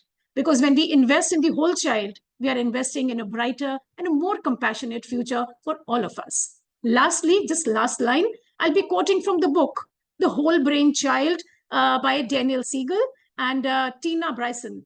They say when in order to raise a happy, healthy, and a successful child, we must look at the whole child, not just academically, but in the world as it is, as they exist holistically. Thank you all for giving this opportunity, and I hope I could sum it up well in time, whatever I could say. Thank you, everyone. Thank you so much, Captain Richa. And I really like that you also had a call to action to make sure that we are getting the most out of your presentation. Thank you very much and wish you all the best in the endeavors that you're taking in this growth journey with early years. Thank you so much. And moving on, it's a pleasure to see you, Shireen. And the next speaker is Ms. Shireen Ratnani. We were co-hosting a year back the same program, and good to see you back. And she's going to talk about mindfulness in the early years. The floor is yours. All the best. Thank you. Yeah, you can hear me, right? Okay. Hi, everyone. I think Yes. this 10 minutes are like a precious 10 minutes, and it's very interesting to see how everyone is really sharing the essence of such good stuff.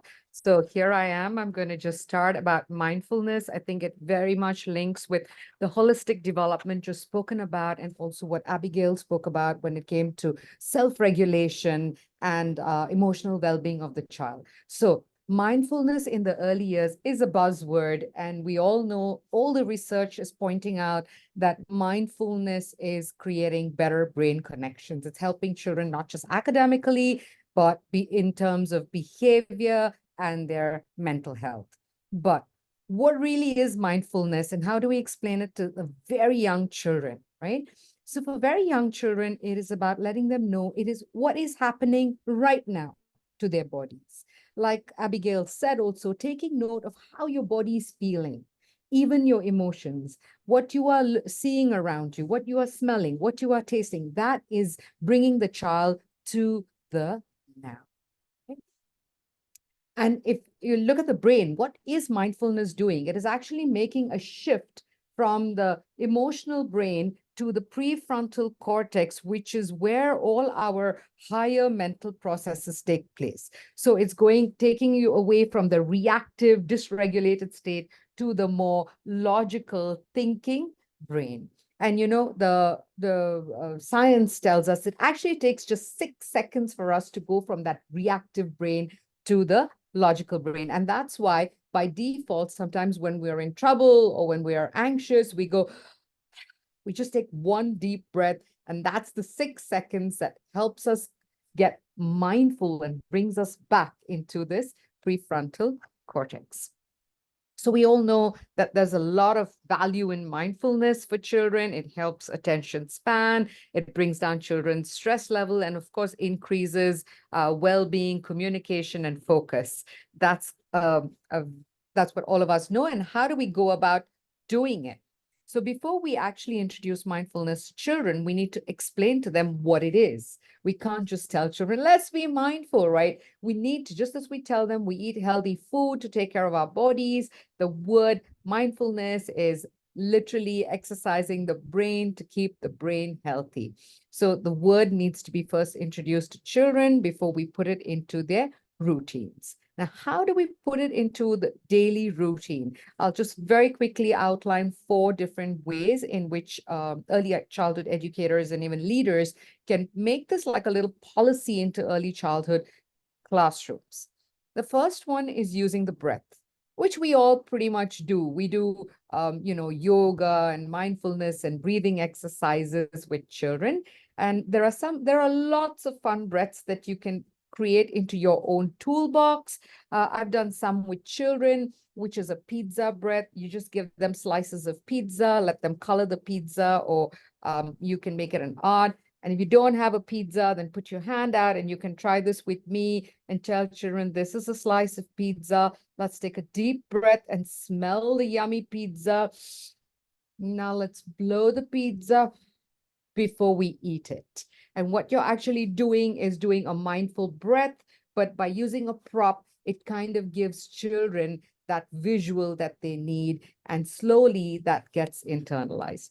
Similarly, you have the hot chocolate bread where you can tell them, let's take our hot chocolate, smell it, and let's cool it before we drink it. So these are little props that I've used with children. And there are loads you can make yourself. The bee breath is again taking a little bee, telling children, let's breathe like bees. Breathe in, and when you breathe out, buzz like a bee. And you're bringing their mindfulness not just to the breath, but also to the sound and the feel of the mouth when they are buzzing. Flower breaths, leaf breaths. If you're out at a nature walk, pick up a leaf or a flower and get children to breathe in and breathe out, or breathe into the flower, to smell it, and breathe out to the leaf to let it blow. If you don't have props, this is the easiest that we do all the time, and you can do it now. The high five breath, where you breathe in and out, in and out. And just something as simple as this is enough to calm down the child. Very quickly share with you that, I used to have a child who used to come into class and say, I don't want to learn. I'm angry. I don't want to learn. And every day for about 2 weeks, I gave him the star breath, and he used to do it. And he became so much calmer. And then his mom told me, when he heard his dad screaming at home, he told the dad, why don't you do the star breath? So these things really help children regulate. The second one is using sensory experiences, where you can do mindful eating with children. Actually, it starts with us. We just eat and we're talking while eating. But if you give a child a little biscuit or a raisin and tell him, let's see what it tastes like, what it feels like in your mouth. Is it soft? Is it hard? And this is really helping them develop mindful eating, which they can bring out into the world. Abigail mentioned, what color is your day? When you ask children, how was your day? They don't answer you, especially the young ones. It's too abstract for them. But if you tell them, what color was your day? Was it blue and cheerful? Was it bright like the sun? They are able to give you more answers, and it's a fun way of interacting and engaging with children. I can notice many colors. You can do this with your environment right around you. Sit quietly and just look around. Can you find something which represents one color in the rainbow? And I've done this, and I realized that we don't even pay attention to our environment. So this can be a class activity where everyone can just look around and ask children, let's find something red, let's find something blue. It's such a good environmental awareness activity. I did a walk of awareness. I walk every day. But when I was doing mindfulness, I thought, let me be mindful and see what is around me. And can you believe, on my 20-minute walk, I actually found all of these. Try it. You will be shocked as to how much you notice when you're being mindful. And this is a common one that everybody does, a 5, 4, 3, 2, 1. Ask children 5 things that you can see, 4 things you can hear, 3 things that you can touch, 2 things that you can smell, and let's find 1 thing that we can taste. The third one is using guided imagery, which is actually getting the children to imagine.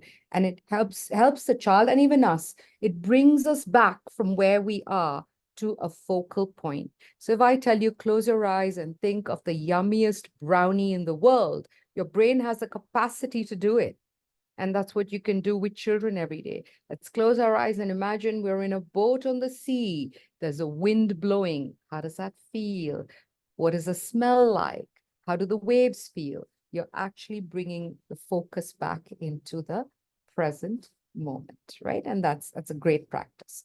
The last one, I know I have just a minute or so left. The last one is using movement. And we all know that movement increases brain activity. It's good because of the oxygenation. It helps the brain work better, but also movement is helping us bring our focus to the now.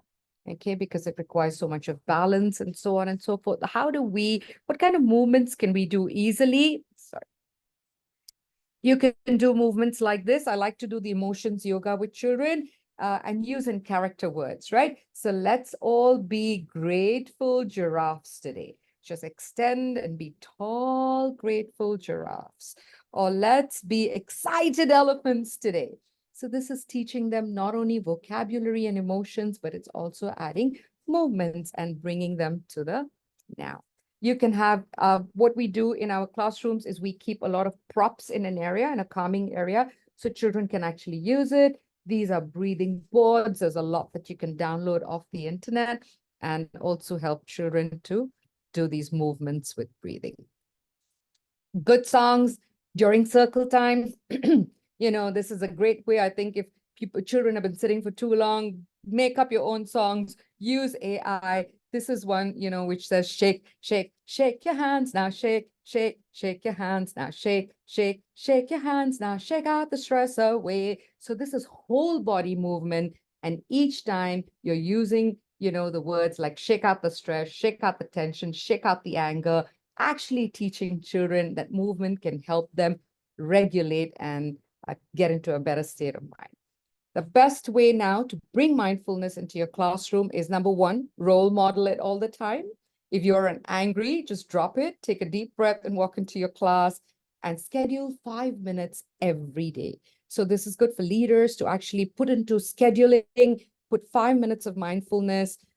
It can be either in the circle time or it can be used during transition, before or after. Make it, we have something called emotional check-in every day. Even our 2-year-old children's walk in and they start off, how are you feeling today? Happy or sad? We have a huge mirror, and helping children name emotions is also bringing their attention to how they are feeling. Or you can create a mindful corner, which we have done. These are examples of mindful corners in our classrooms where there's a mirror and there are different emotional posters. And there's one little object which kind of helps with all the 5 senses. Something to smell, something to touch, something to hear, some fidget toys. So when children are angry, upset, instead of screaming or telling them to go out, we just tell them, come and sit down here till you feel better, and then just join the circle, right? So this is another great way.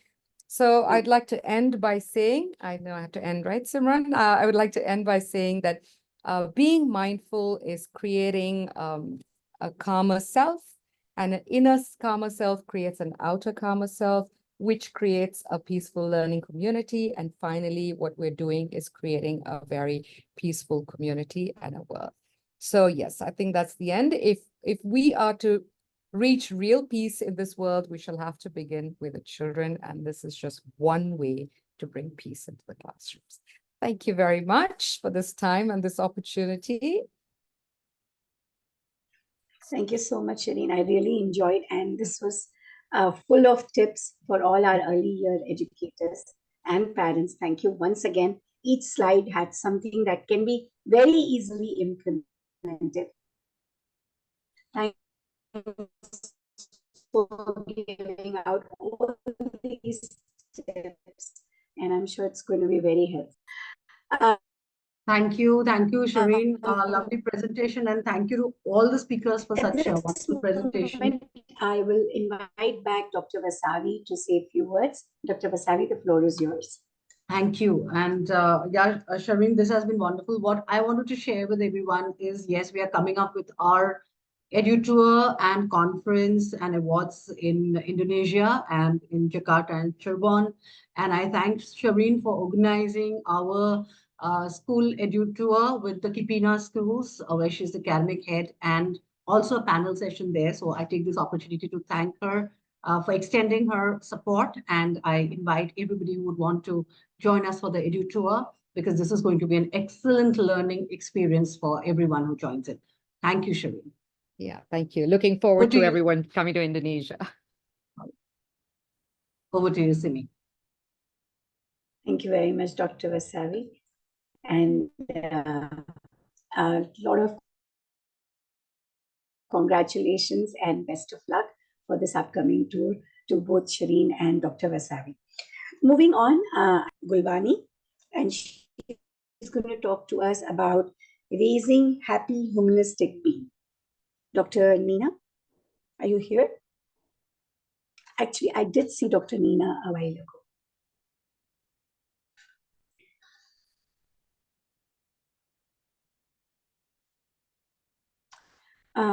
I see She's Miss not- Sonia. You're Yeah, yeah. We she's can not here, go ahead so with maybe, yeah. She will Miss be Sonia. Are you back. ready to go ahead?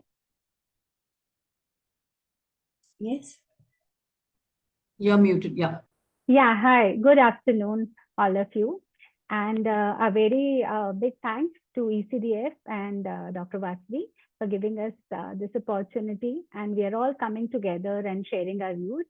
Today I would like to talk about game-based activities and its implementation and game-based learning, basically. So let me present.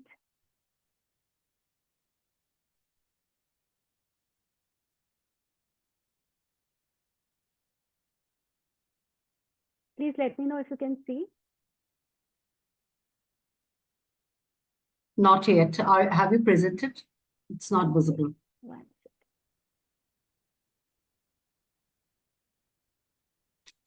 It's coming up now. Yeah, here it is. Yeah, all good. Yeah, all good. Okay. So I think we all need to play a game. So the moment our teacher talks about playing a game, there is a smile which replaces a boring classroom and changes into an engaging one. So is playing a game so crucial and important in the classroom? Games like Fire in the Mountain and Simon Says are all traditional games, right? So there are a lot of physical activities which involves, a basic development area, which is gross motor development.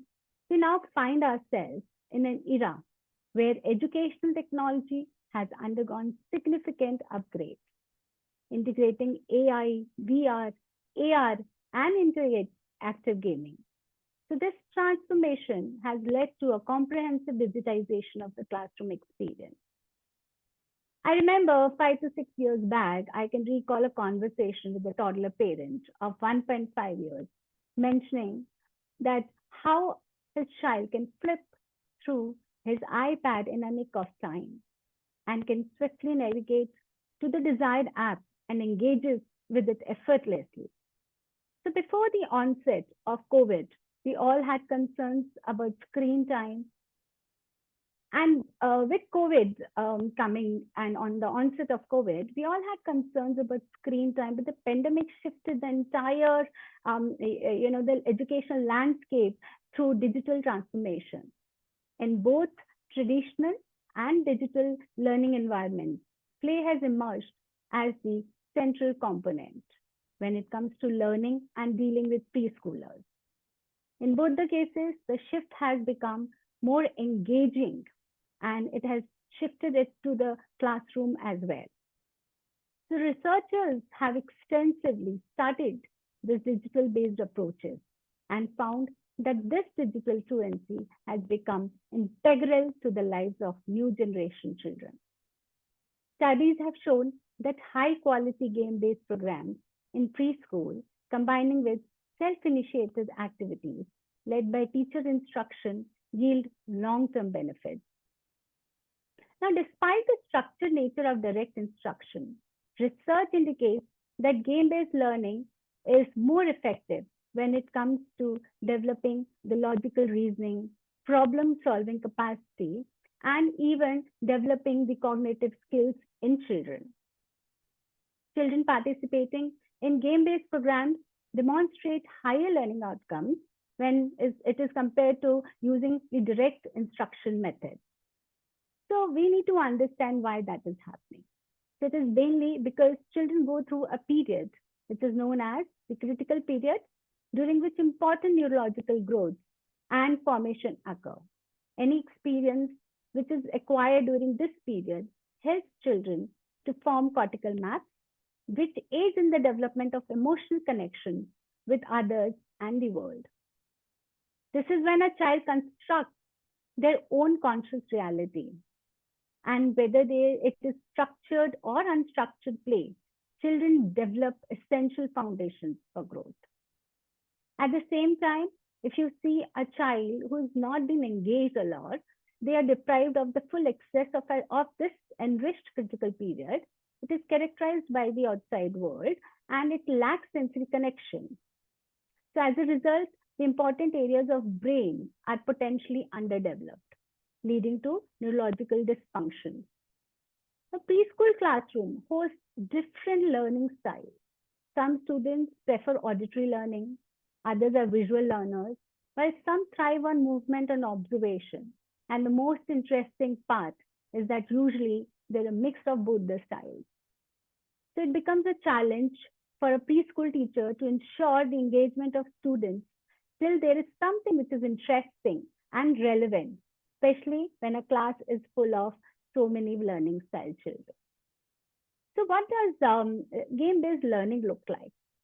So the recognition of diverse learning styles has prompted the adoption of these game-based learning programs, where children acquire knowledge through gameplay. And in preschool settings, game-based learning includes interactive games, physical objects where there is guided instructions which is given. This learning approach is competitive, fun, and engaging. And it also improves a lot of learning outcomes when the goals are set for students. Now, for an instance, a teacher may divide the class into groups and task each team with identifying, common shapes. Each shape correctly identified earns the team a point, with the team accumulating the most points emerging as the winner. This game can be executed both in physical and digital formats, offering opportunities for engagement through points or rewards, thereby enhancing class participation. Moreover, game-based early childhood programs focus on teaching and learning, just like traditional and direct instruction techniques. And in such programs, play can take the form of spontaneous and child-directed free play, as well as guided play, in which the instructor participates as a co-player. Both approaches are advantages to the learning of younger students. Now, an ideal game-based learning program will allow children both free and directed play in order to maximize these benefits. And what are the benefits of game-based learning? So game-based learning is just not fun and games. It's an essential part of children's education with immense benefits. Here are few which I would like to cite. So they encourage critical thinking and problem solving. Actually, many games require children to think about their next steps and ask questions which help them to develop reasoning skills and the ability to think quickly and innovatively. It also develops social emotional skills, which is a very important skill set to develop in early ages. So it engages in various games, develops self-control and even self-awareness also with social emotional skills. It also improves memory capacity. Most of the games, if you see, typically revolve around memorization. It requires children to remember critical sequences to solve the game, and when played repeatedly, it strengthens their memorization skills. It provides a safe environment for failure. So we are all afraid of failures, isn't it? So educational online games allow children to keep trying until they gain mastery, which is practice again and which they can apply in the real world. It offers a safe environment also for failures, right? It offers flexibility. Revising formal educational content is sometimes time consuming. However, game and based learning is more flexible and adaptable. As a result, educators can update the content quickly, making it effective and efficient in the classroom. It also improves motivation and engagement. Digital games designed with choice, collaboration, and feedback keep children engaged during the lessons and motivate to reach an end goal. Ms. Sonia, you have 30 seconds to wrap it up. Yes, I will keep this in mind. So the last one I would like to say is that it also builds, digital literacy. So with the increasing use of technology, it is important for children to learn about the computers and digital devices early. Now, playing digital games is one way to enhance children's technological skills, preparing them for more advanced digital use in the future. Now, how do we bring game-based learning opportunities in the classroom? So any teacher who would like to use this has to decide few and set some norms. So first thing which the teacher needs to keep in mind is a clear purpose. There has to be a clear purpose when these incorporating games are incorporated into the classroom, whether it is to reinforce previously learned concepts or new ones. Games can serve as a powerful tool for both existing knowledge and introducing fresh concepts. The purpose has to be aligned with their learning goals. So that is very important because teachers can ensure that students remain engaged while actively participating in the learning process. And it should not be only played for distraction or without any goal. Planning is also very much required because if you do not have a careful planning, so you end up abruptly adding into the curriculum, which is also not fair to the students. So, and there is a trial run which every teacher should do it before introducing any game to your students. Ms. Sonia, you need to wrap up, please. Yes, sure. So the aim is to select games and effectively cater to these students. The last, I would say, would be evaluate students' progress, because that is very important for having a self-reflection, and evaluation also helps to learn and help them in their learning journey. Now, at the end, I would only say the increasing number of publications and educational tech companies in India focusing on making educational games shows the game-based learning has a lot to be putting in the future. And I wonder if we can have some more career paths like video game designing, which are supporting the medical students, film industry, and many upcoming fields. So let's play games, which all we love to. Thank you. Thank you so much, Ms. Sonia. And you've touched upon a very, very important topic, which early years educators debate a lot, that is game-based learning or screen time a valid thing in early years? And your presentation kind of strengthens that belief that if used wisely, it can be really helpful. Thank you so much, Ms. Sonia, for that. And I see Dr. Nina is back. Dr. Nina, over to you.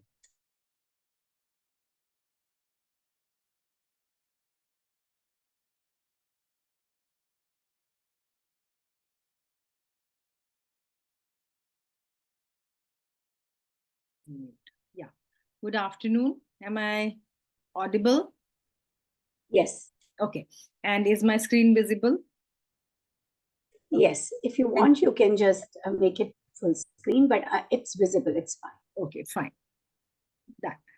So it's been a great morning, even though I'm traveling, but I've been in and out and listening to wonderful conversations around different domains and different aspects of early childhood. Now, a lot of the points that I'm going to be sharing here have already been covered in different formats in the different by different speakers. So when we say raising happy and humanistic children, now what is this raising happy and humanistic children? So the very purpose of education is happiness. So when I say very purpose of education is happiness, why is it so? Because the purpose of life, we are all living to be happy. No, none of us would say that I don't want to be happy, right? But we are somehow, all of us are in a space of relative happiness, I get this, so I'm happy. If I don't get this, I'm not happy. Now, this is something that we need to get initiated our children into the field of absolute happiness. And this was shared, what I'm just shared on the screen was the philosophy of education, the value creating education given by Sunisaburo Makiguchi, who's a Japanese reformist education, who was rather. And this is some of the pictures from my center because I've been traveling. I could add a lot of images to my presentation. So now, if we are talking of happiness and we are talking of humanism, the first thing that comes is that who has to create this environment? Who is the person who is in close contact with children? They're of course the parents, but here we are talking in the context of early childhood care education center. So modeling happy attitude and behavior is extremely important, and there comes the role of the child care team. So the first thing is that we need to understand that, and we to remember as the child care professionals, that why do we need to focus on happiness? It could be cut across all your curriculum activities and anything that we do in a center in terms of when we are planning a learning environment, that we need to give children, every child, a very happy experience. And at the end of the day, they must not look at that I did it this, so I'm happy, but I am happy doing this also, so there is a difference. It's not just a cause and effect, that happiness is always an effect, but happiness also then has to be learned to become that happiness is a cause. I'm happy doing it. And there is something like I've done it, so I'm happy. So both the things have to go hand in hand. Now, what is the role of a childcare team? First is that in terms of creating a very happy, cheerful, vibrant, and a welcoming environment. Now, if as a child care team, and I'm not here using particularly facilitator and educator, because usually what happens is that we tend to feel that everything is only to be done by a facilitator and educator, whereas there are various job roles in a particular center.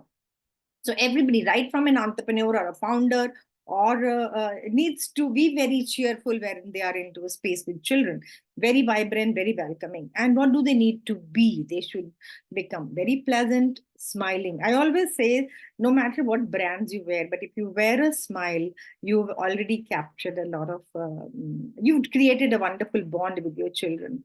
And compassion and being very flexible. Many a times we are so bogged into our curriculum and the things that we had to do a particular day, that we get very stressed as caregivers and care facilitators, educators, managers, and the flexibility is not there. And because most of us in this space and in this setup are women, we are already very high energy, but then we have a lot of stress that we carry on from home, from our other personal life. It's extremely important that once we are into this setup, we need to be very, very energetic and firm. So as I said earlier, that happiness is, so we are looking at happiness both as a cause and an effect.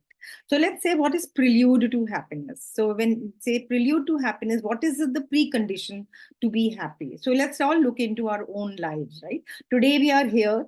We have created a lot of value on this platform by listening to all, by assimilating a lot of knowledge, information, and also some skills. We are creating value, right? So every moment to moment, we are creating value. So I'll dwell a little bit on that. And the ability to create value is synonymous to happiness. And this is again was quoted by Sunisaburo Makiguchi in his Value Creating, the Philosophy of Education. So what is this value creating education that we talk of? It's nothing, something very great, very big, because when we use different terminologies, sometimes we get caught into the terminologies and the nomenclatures, and we feel that, oh, this is going to be something really big. I don't know. I need to really learn about it. All of us are in our own spaces, in our own setups, already doing it. A lot of it, we are already doing it intentionally, unintentionally. All I'm trying to reiterate is that we need to do it very, very consciously now, and with a great intention that any activity I design, any curriculum that I design, any pedagogy that I design, I must look at the component of being happy and the component of being humanistic. So this was defined by Dr. Daisaku Ikeda, who was also a Buddhist philosopher, writer, author, that he's defined that value creation is nothing but a capacity. Now, what is this capacity is to find meaning and enhance one's own existence. Now, if we look at it from the early years, because being a life coach also, I always feel that everything is rooted into our childhood, right? So once we make this beautiful investment in the early years, a lot of our mental health issues, a lot of other issues that crop up later in life can actually be addressed, because we have already sown the seed in the early years. So we all say that children, one of the principles of early years of learning is that children construct their own knowledge. So when they construct their own knowledge, that is, they're trying to find meaning, and they are trying to find meaning, and which enhances their own existence and contribution, not to the well-being of their own self, but here others also become very, very important. When this happens, now this capacity is nothing but capacity that they call as happiness.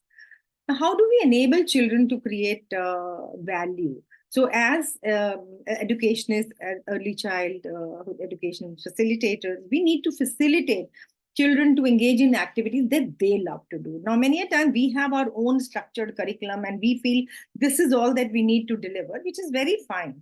But within that context, we need to be flexible and see that what is it each child. I still recall that we had a kid who for 3 months was just crying and wanted to be with the guard. And we figured out that all he needed and he loved was to do art. If you give him crayons, he can sit for 2 hours and just draw color. And once we gave him that, it became an approach for us to help him settle down way faster.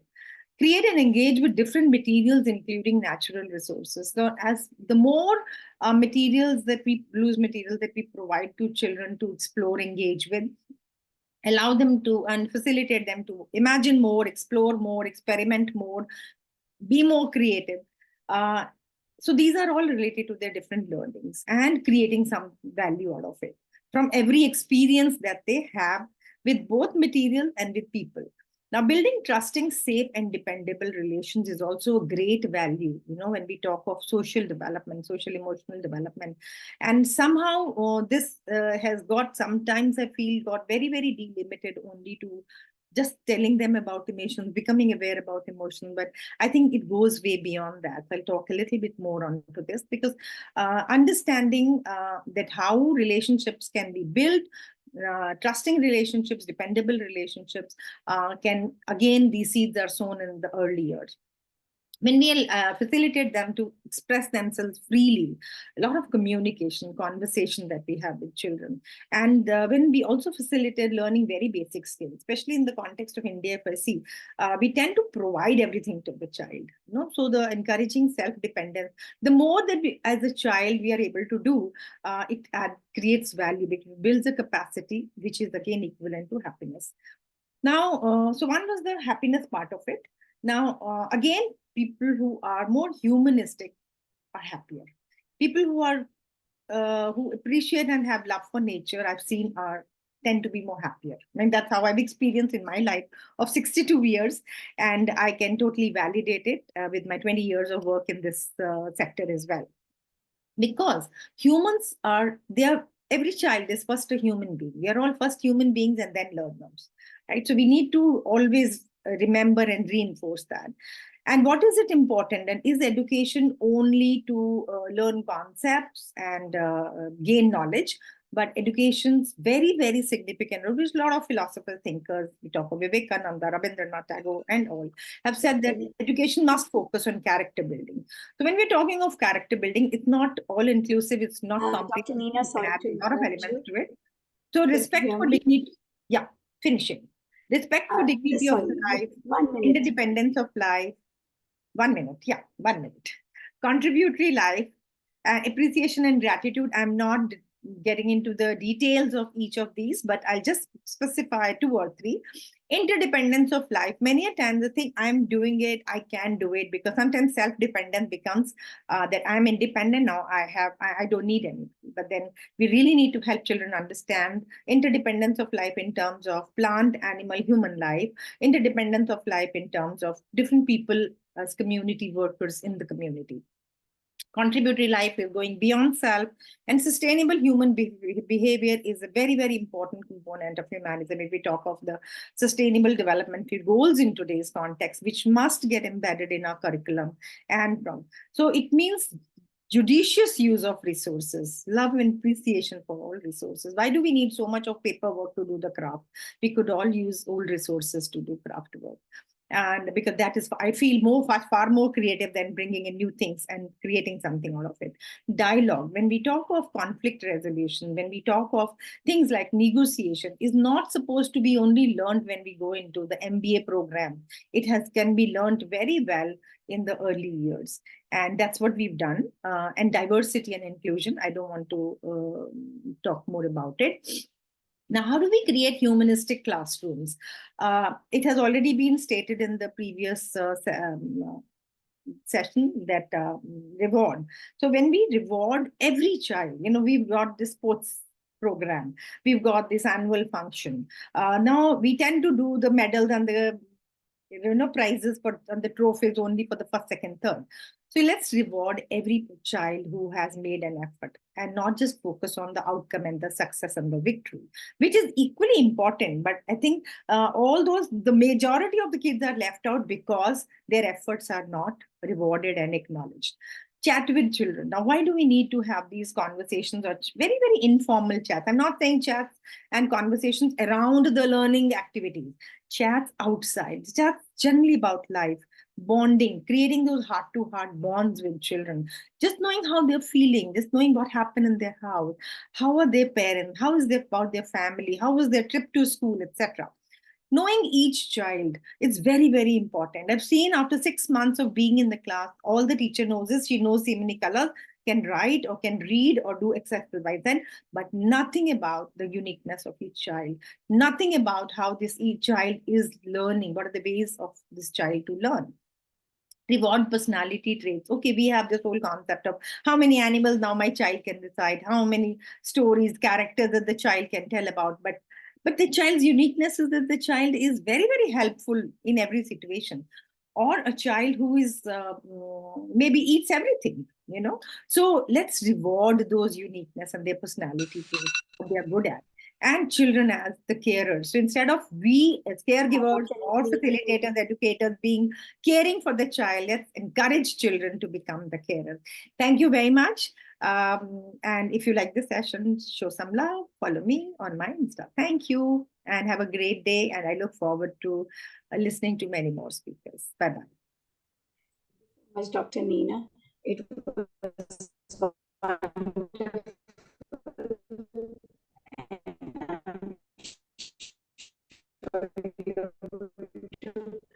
See a lot of love because this is a very unique concept that you're bringing.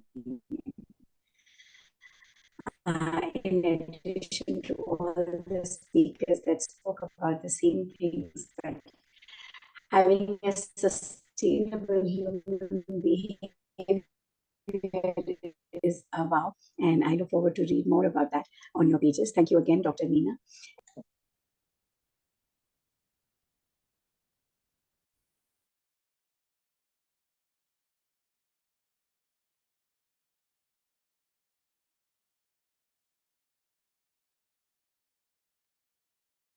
So now we move on to the last speaker of this first session of Sphere of Influence. The next will be starting around 2:30. And we have with us Ms. Amrit Nagpal. She'll be speaking about nurturing young minds. Over to you, Amrit. Hello, everyone. Am I audible? Yes.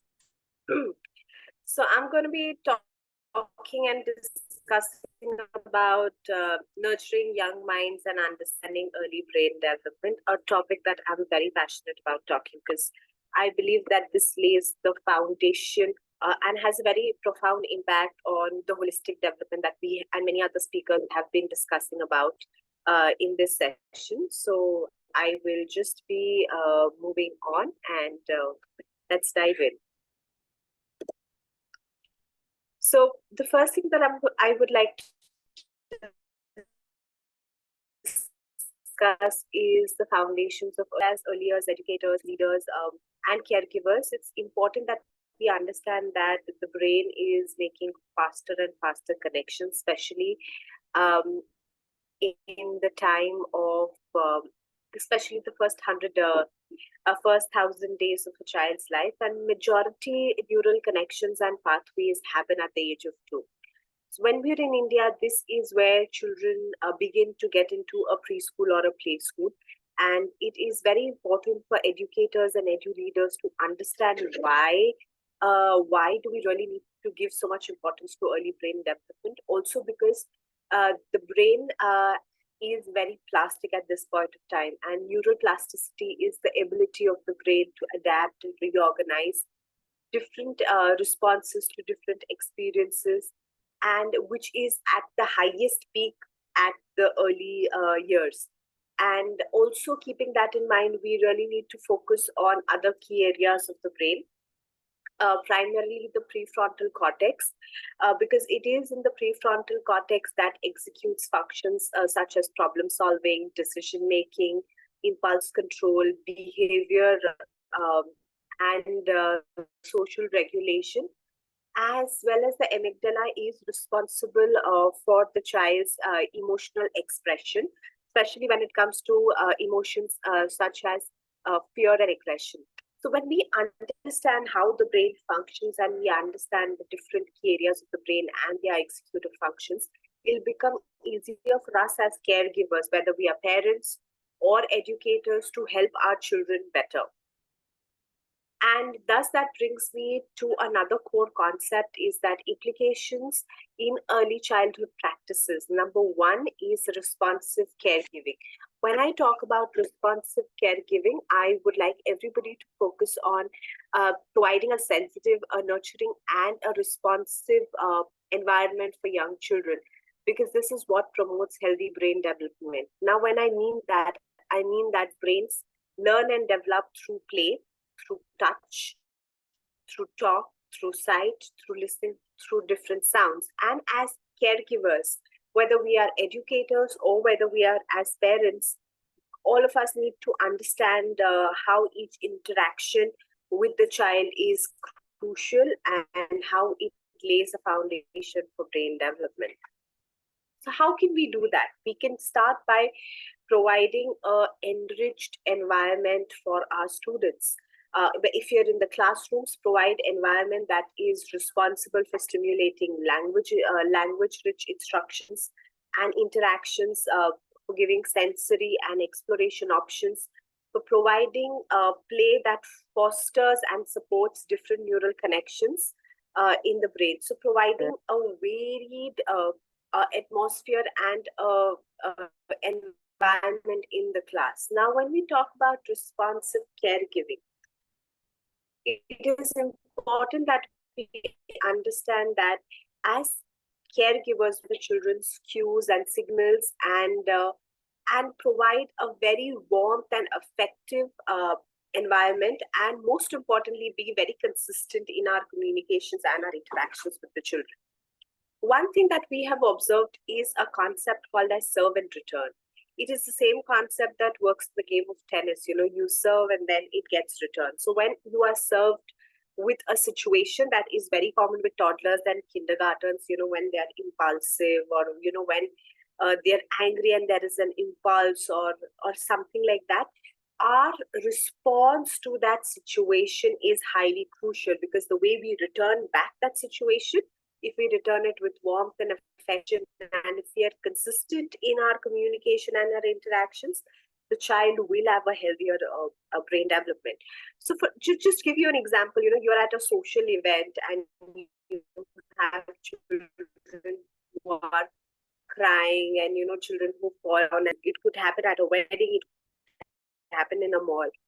The response, the primary caregiver that time, it could be the mother, it could be the teacher, you know, if you're in a classroom situation, the response the caregiver gives at that point of time is exactly what's going to condition the child's brain.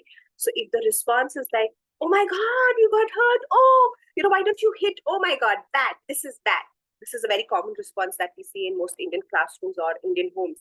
So when we do that, we have conditions the child's brain to a similar response. But if we acknowledge that it's absolutely all right if you got hurt, get up, come on, get up, it's all right, it's all right. Go and play with your friends. If you condition the child in that way and you serve that tantrum with a return in this way, in this communication way, then you're probably laying a better and a healthier brain development foundation for the child, and the child is conditioned in a better way. So that can only happen when we provide enriching early years environments in our classrooms and at homes. Especially provide sensory exploration, magnifying glasses, I believe, is a must in every classroom. Having open-ended play, having open-ended communications, do a lot of kind of storytelling, provide a lot of opportunities for social interaction, because it is your social interaction and your emotional development that lays the future of your adult life. But it has to begin in early years. And like all other all other eminent speakers have been focusing on, making children more resilient, making children more happy, co-regulating. A lot of speakers have been using these words. And that can only happen when we have a profound knowledge about how the brain works and what kind of an environment that we need to provide our children with. And when I talk about environment, I would like to bring light to different, there is this document released by the NCF and the NEP about the toy pedagogy in India, where our country is so diverse that we've got wooden toys that come from south of India, we've got clay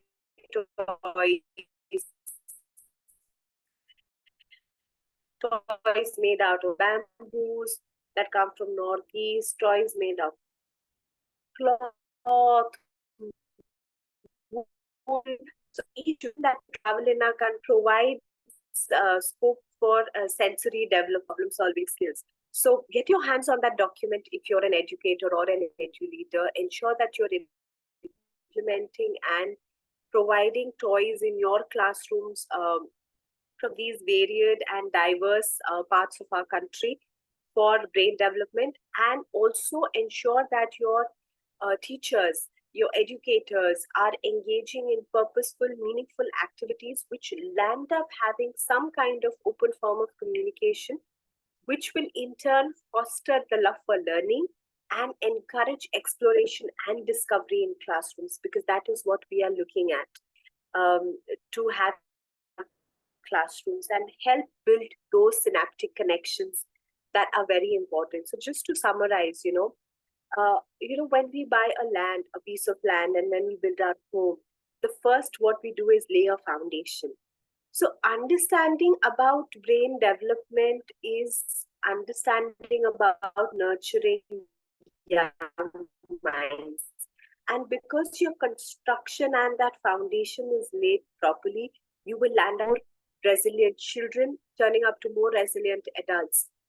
We got to remember that each experience is extremely crucial, because each of these experiences are vital for neural connections in our brain. And believe me, 1 million connections are formed every single second, especially for the first few years of the child's life. And then by the time you step into adulthood, that starts vanishing and decreasing to a very great extent. But on the other hand, you also need to focus on brain nutrition, focus on having serve and return interactions in your classrooms.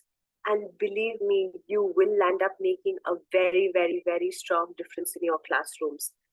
Adapting, this is one of my favorite quotes that I like to present in most of my presentations, adapted from the movie of Spider-Man. With great power comes great responsibilities. And I truly believe, as educators, as edu leaders, as parents, we have an extremely great power, and we are responsible for creating global citizens. So let's do that wisely. Thank you so much. I would just like to say I'm again extremely honored to be presenting at Sphere of Influence for another time. Thank you so much, Team ECDF and Dr. Vasavi. I hope to keep presenting in the future too. Thank you so much. Over to you, Simran. Thanks a lot, Amrit. And as always, it's a pleasure to hear from you and talking about the importance of brain development in these early years and what it can do to the child. Thanks a lot again.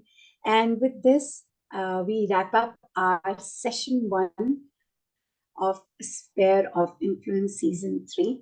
And what a fantastic time it has been for us. It has been a fantastic morning. But these 3 hours has kind of shown more deeper insights into topics like nurturing young minds, stimulating environment to the brain development, embedding sustainability in early years, walking the talk of sustainability, positive learning attitude, cultivating mindfulness, promoting emotional well-being. And what stands out is the focus on happiness, on having children recognize their emotions and reflect on that. It has been such a sheer pleasure to host these speakers and learn from them. Personally, it was like a workshop for me. I have learned so many things that I can go back and put it into my field of study or my field of work. I also would like to reiterate a quote here by Maria Montessori: the child is both the hope and the promise of the future. And to Dr. Vasavi, I say to you that may you have more power to continue to be champion of early years. Now we can safely call you that. And may you do this amazing work that you're doing at global level. Because while you thank us for our time and energy, but your time is unstoppable. You don't stop. And you keep doing this, and having such privileged lineup of speakers around the globe takes 24 hours of service. So as I said, more power to you. And I'm wishing all the best to the next host and the speakers in the other two halves that we have. All the best. And this is Simran signing off. And it is a pleasure to host for ECDF. Thank you very much. Thank you, Simran. Thank you for your time and effort. And it was a pleasure to have you. And we would be glad to listen to you in the second session. Thank you. See you all there at 2:30. Please log in at 2:30. Thank you. Bye-bye. Thanks. Bye-bye.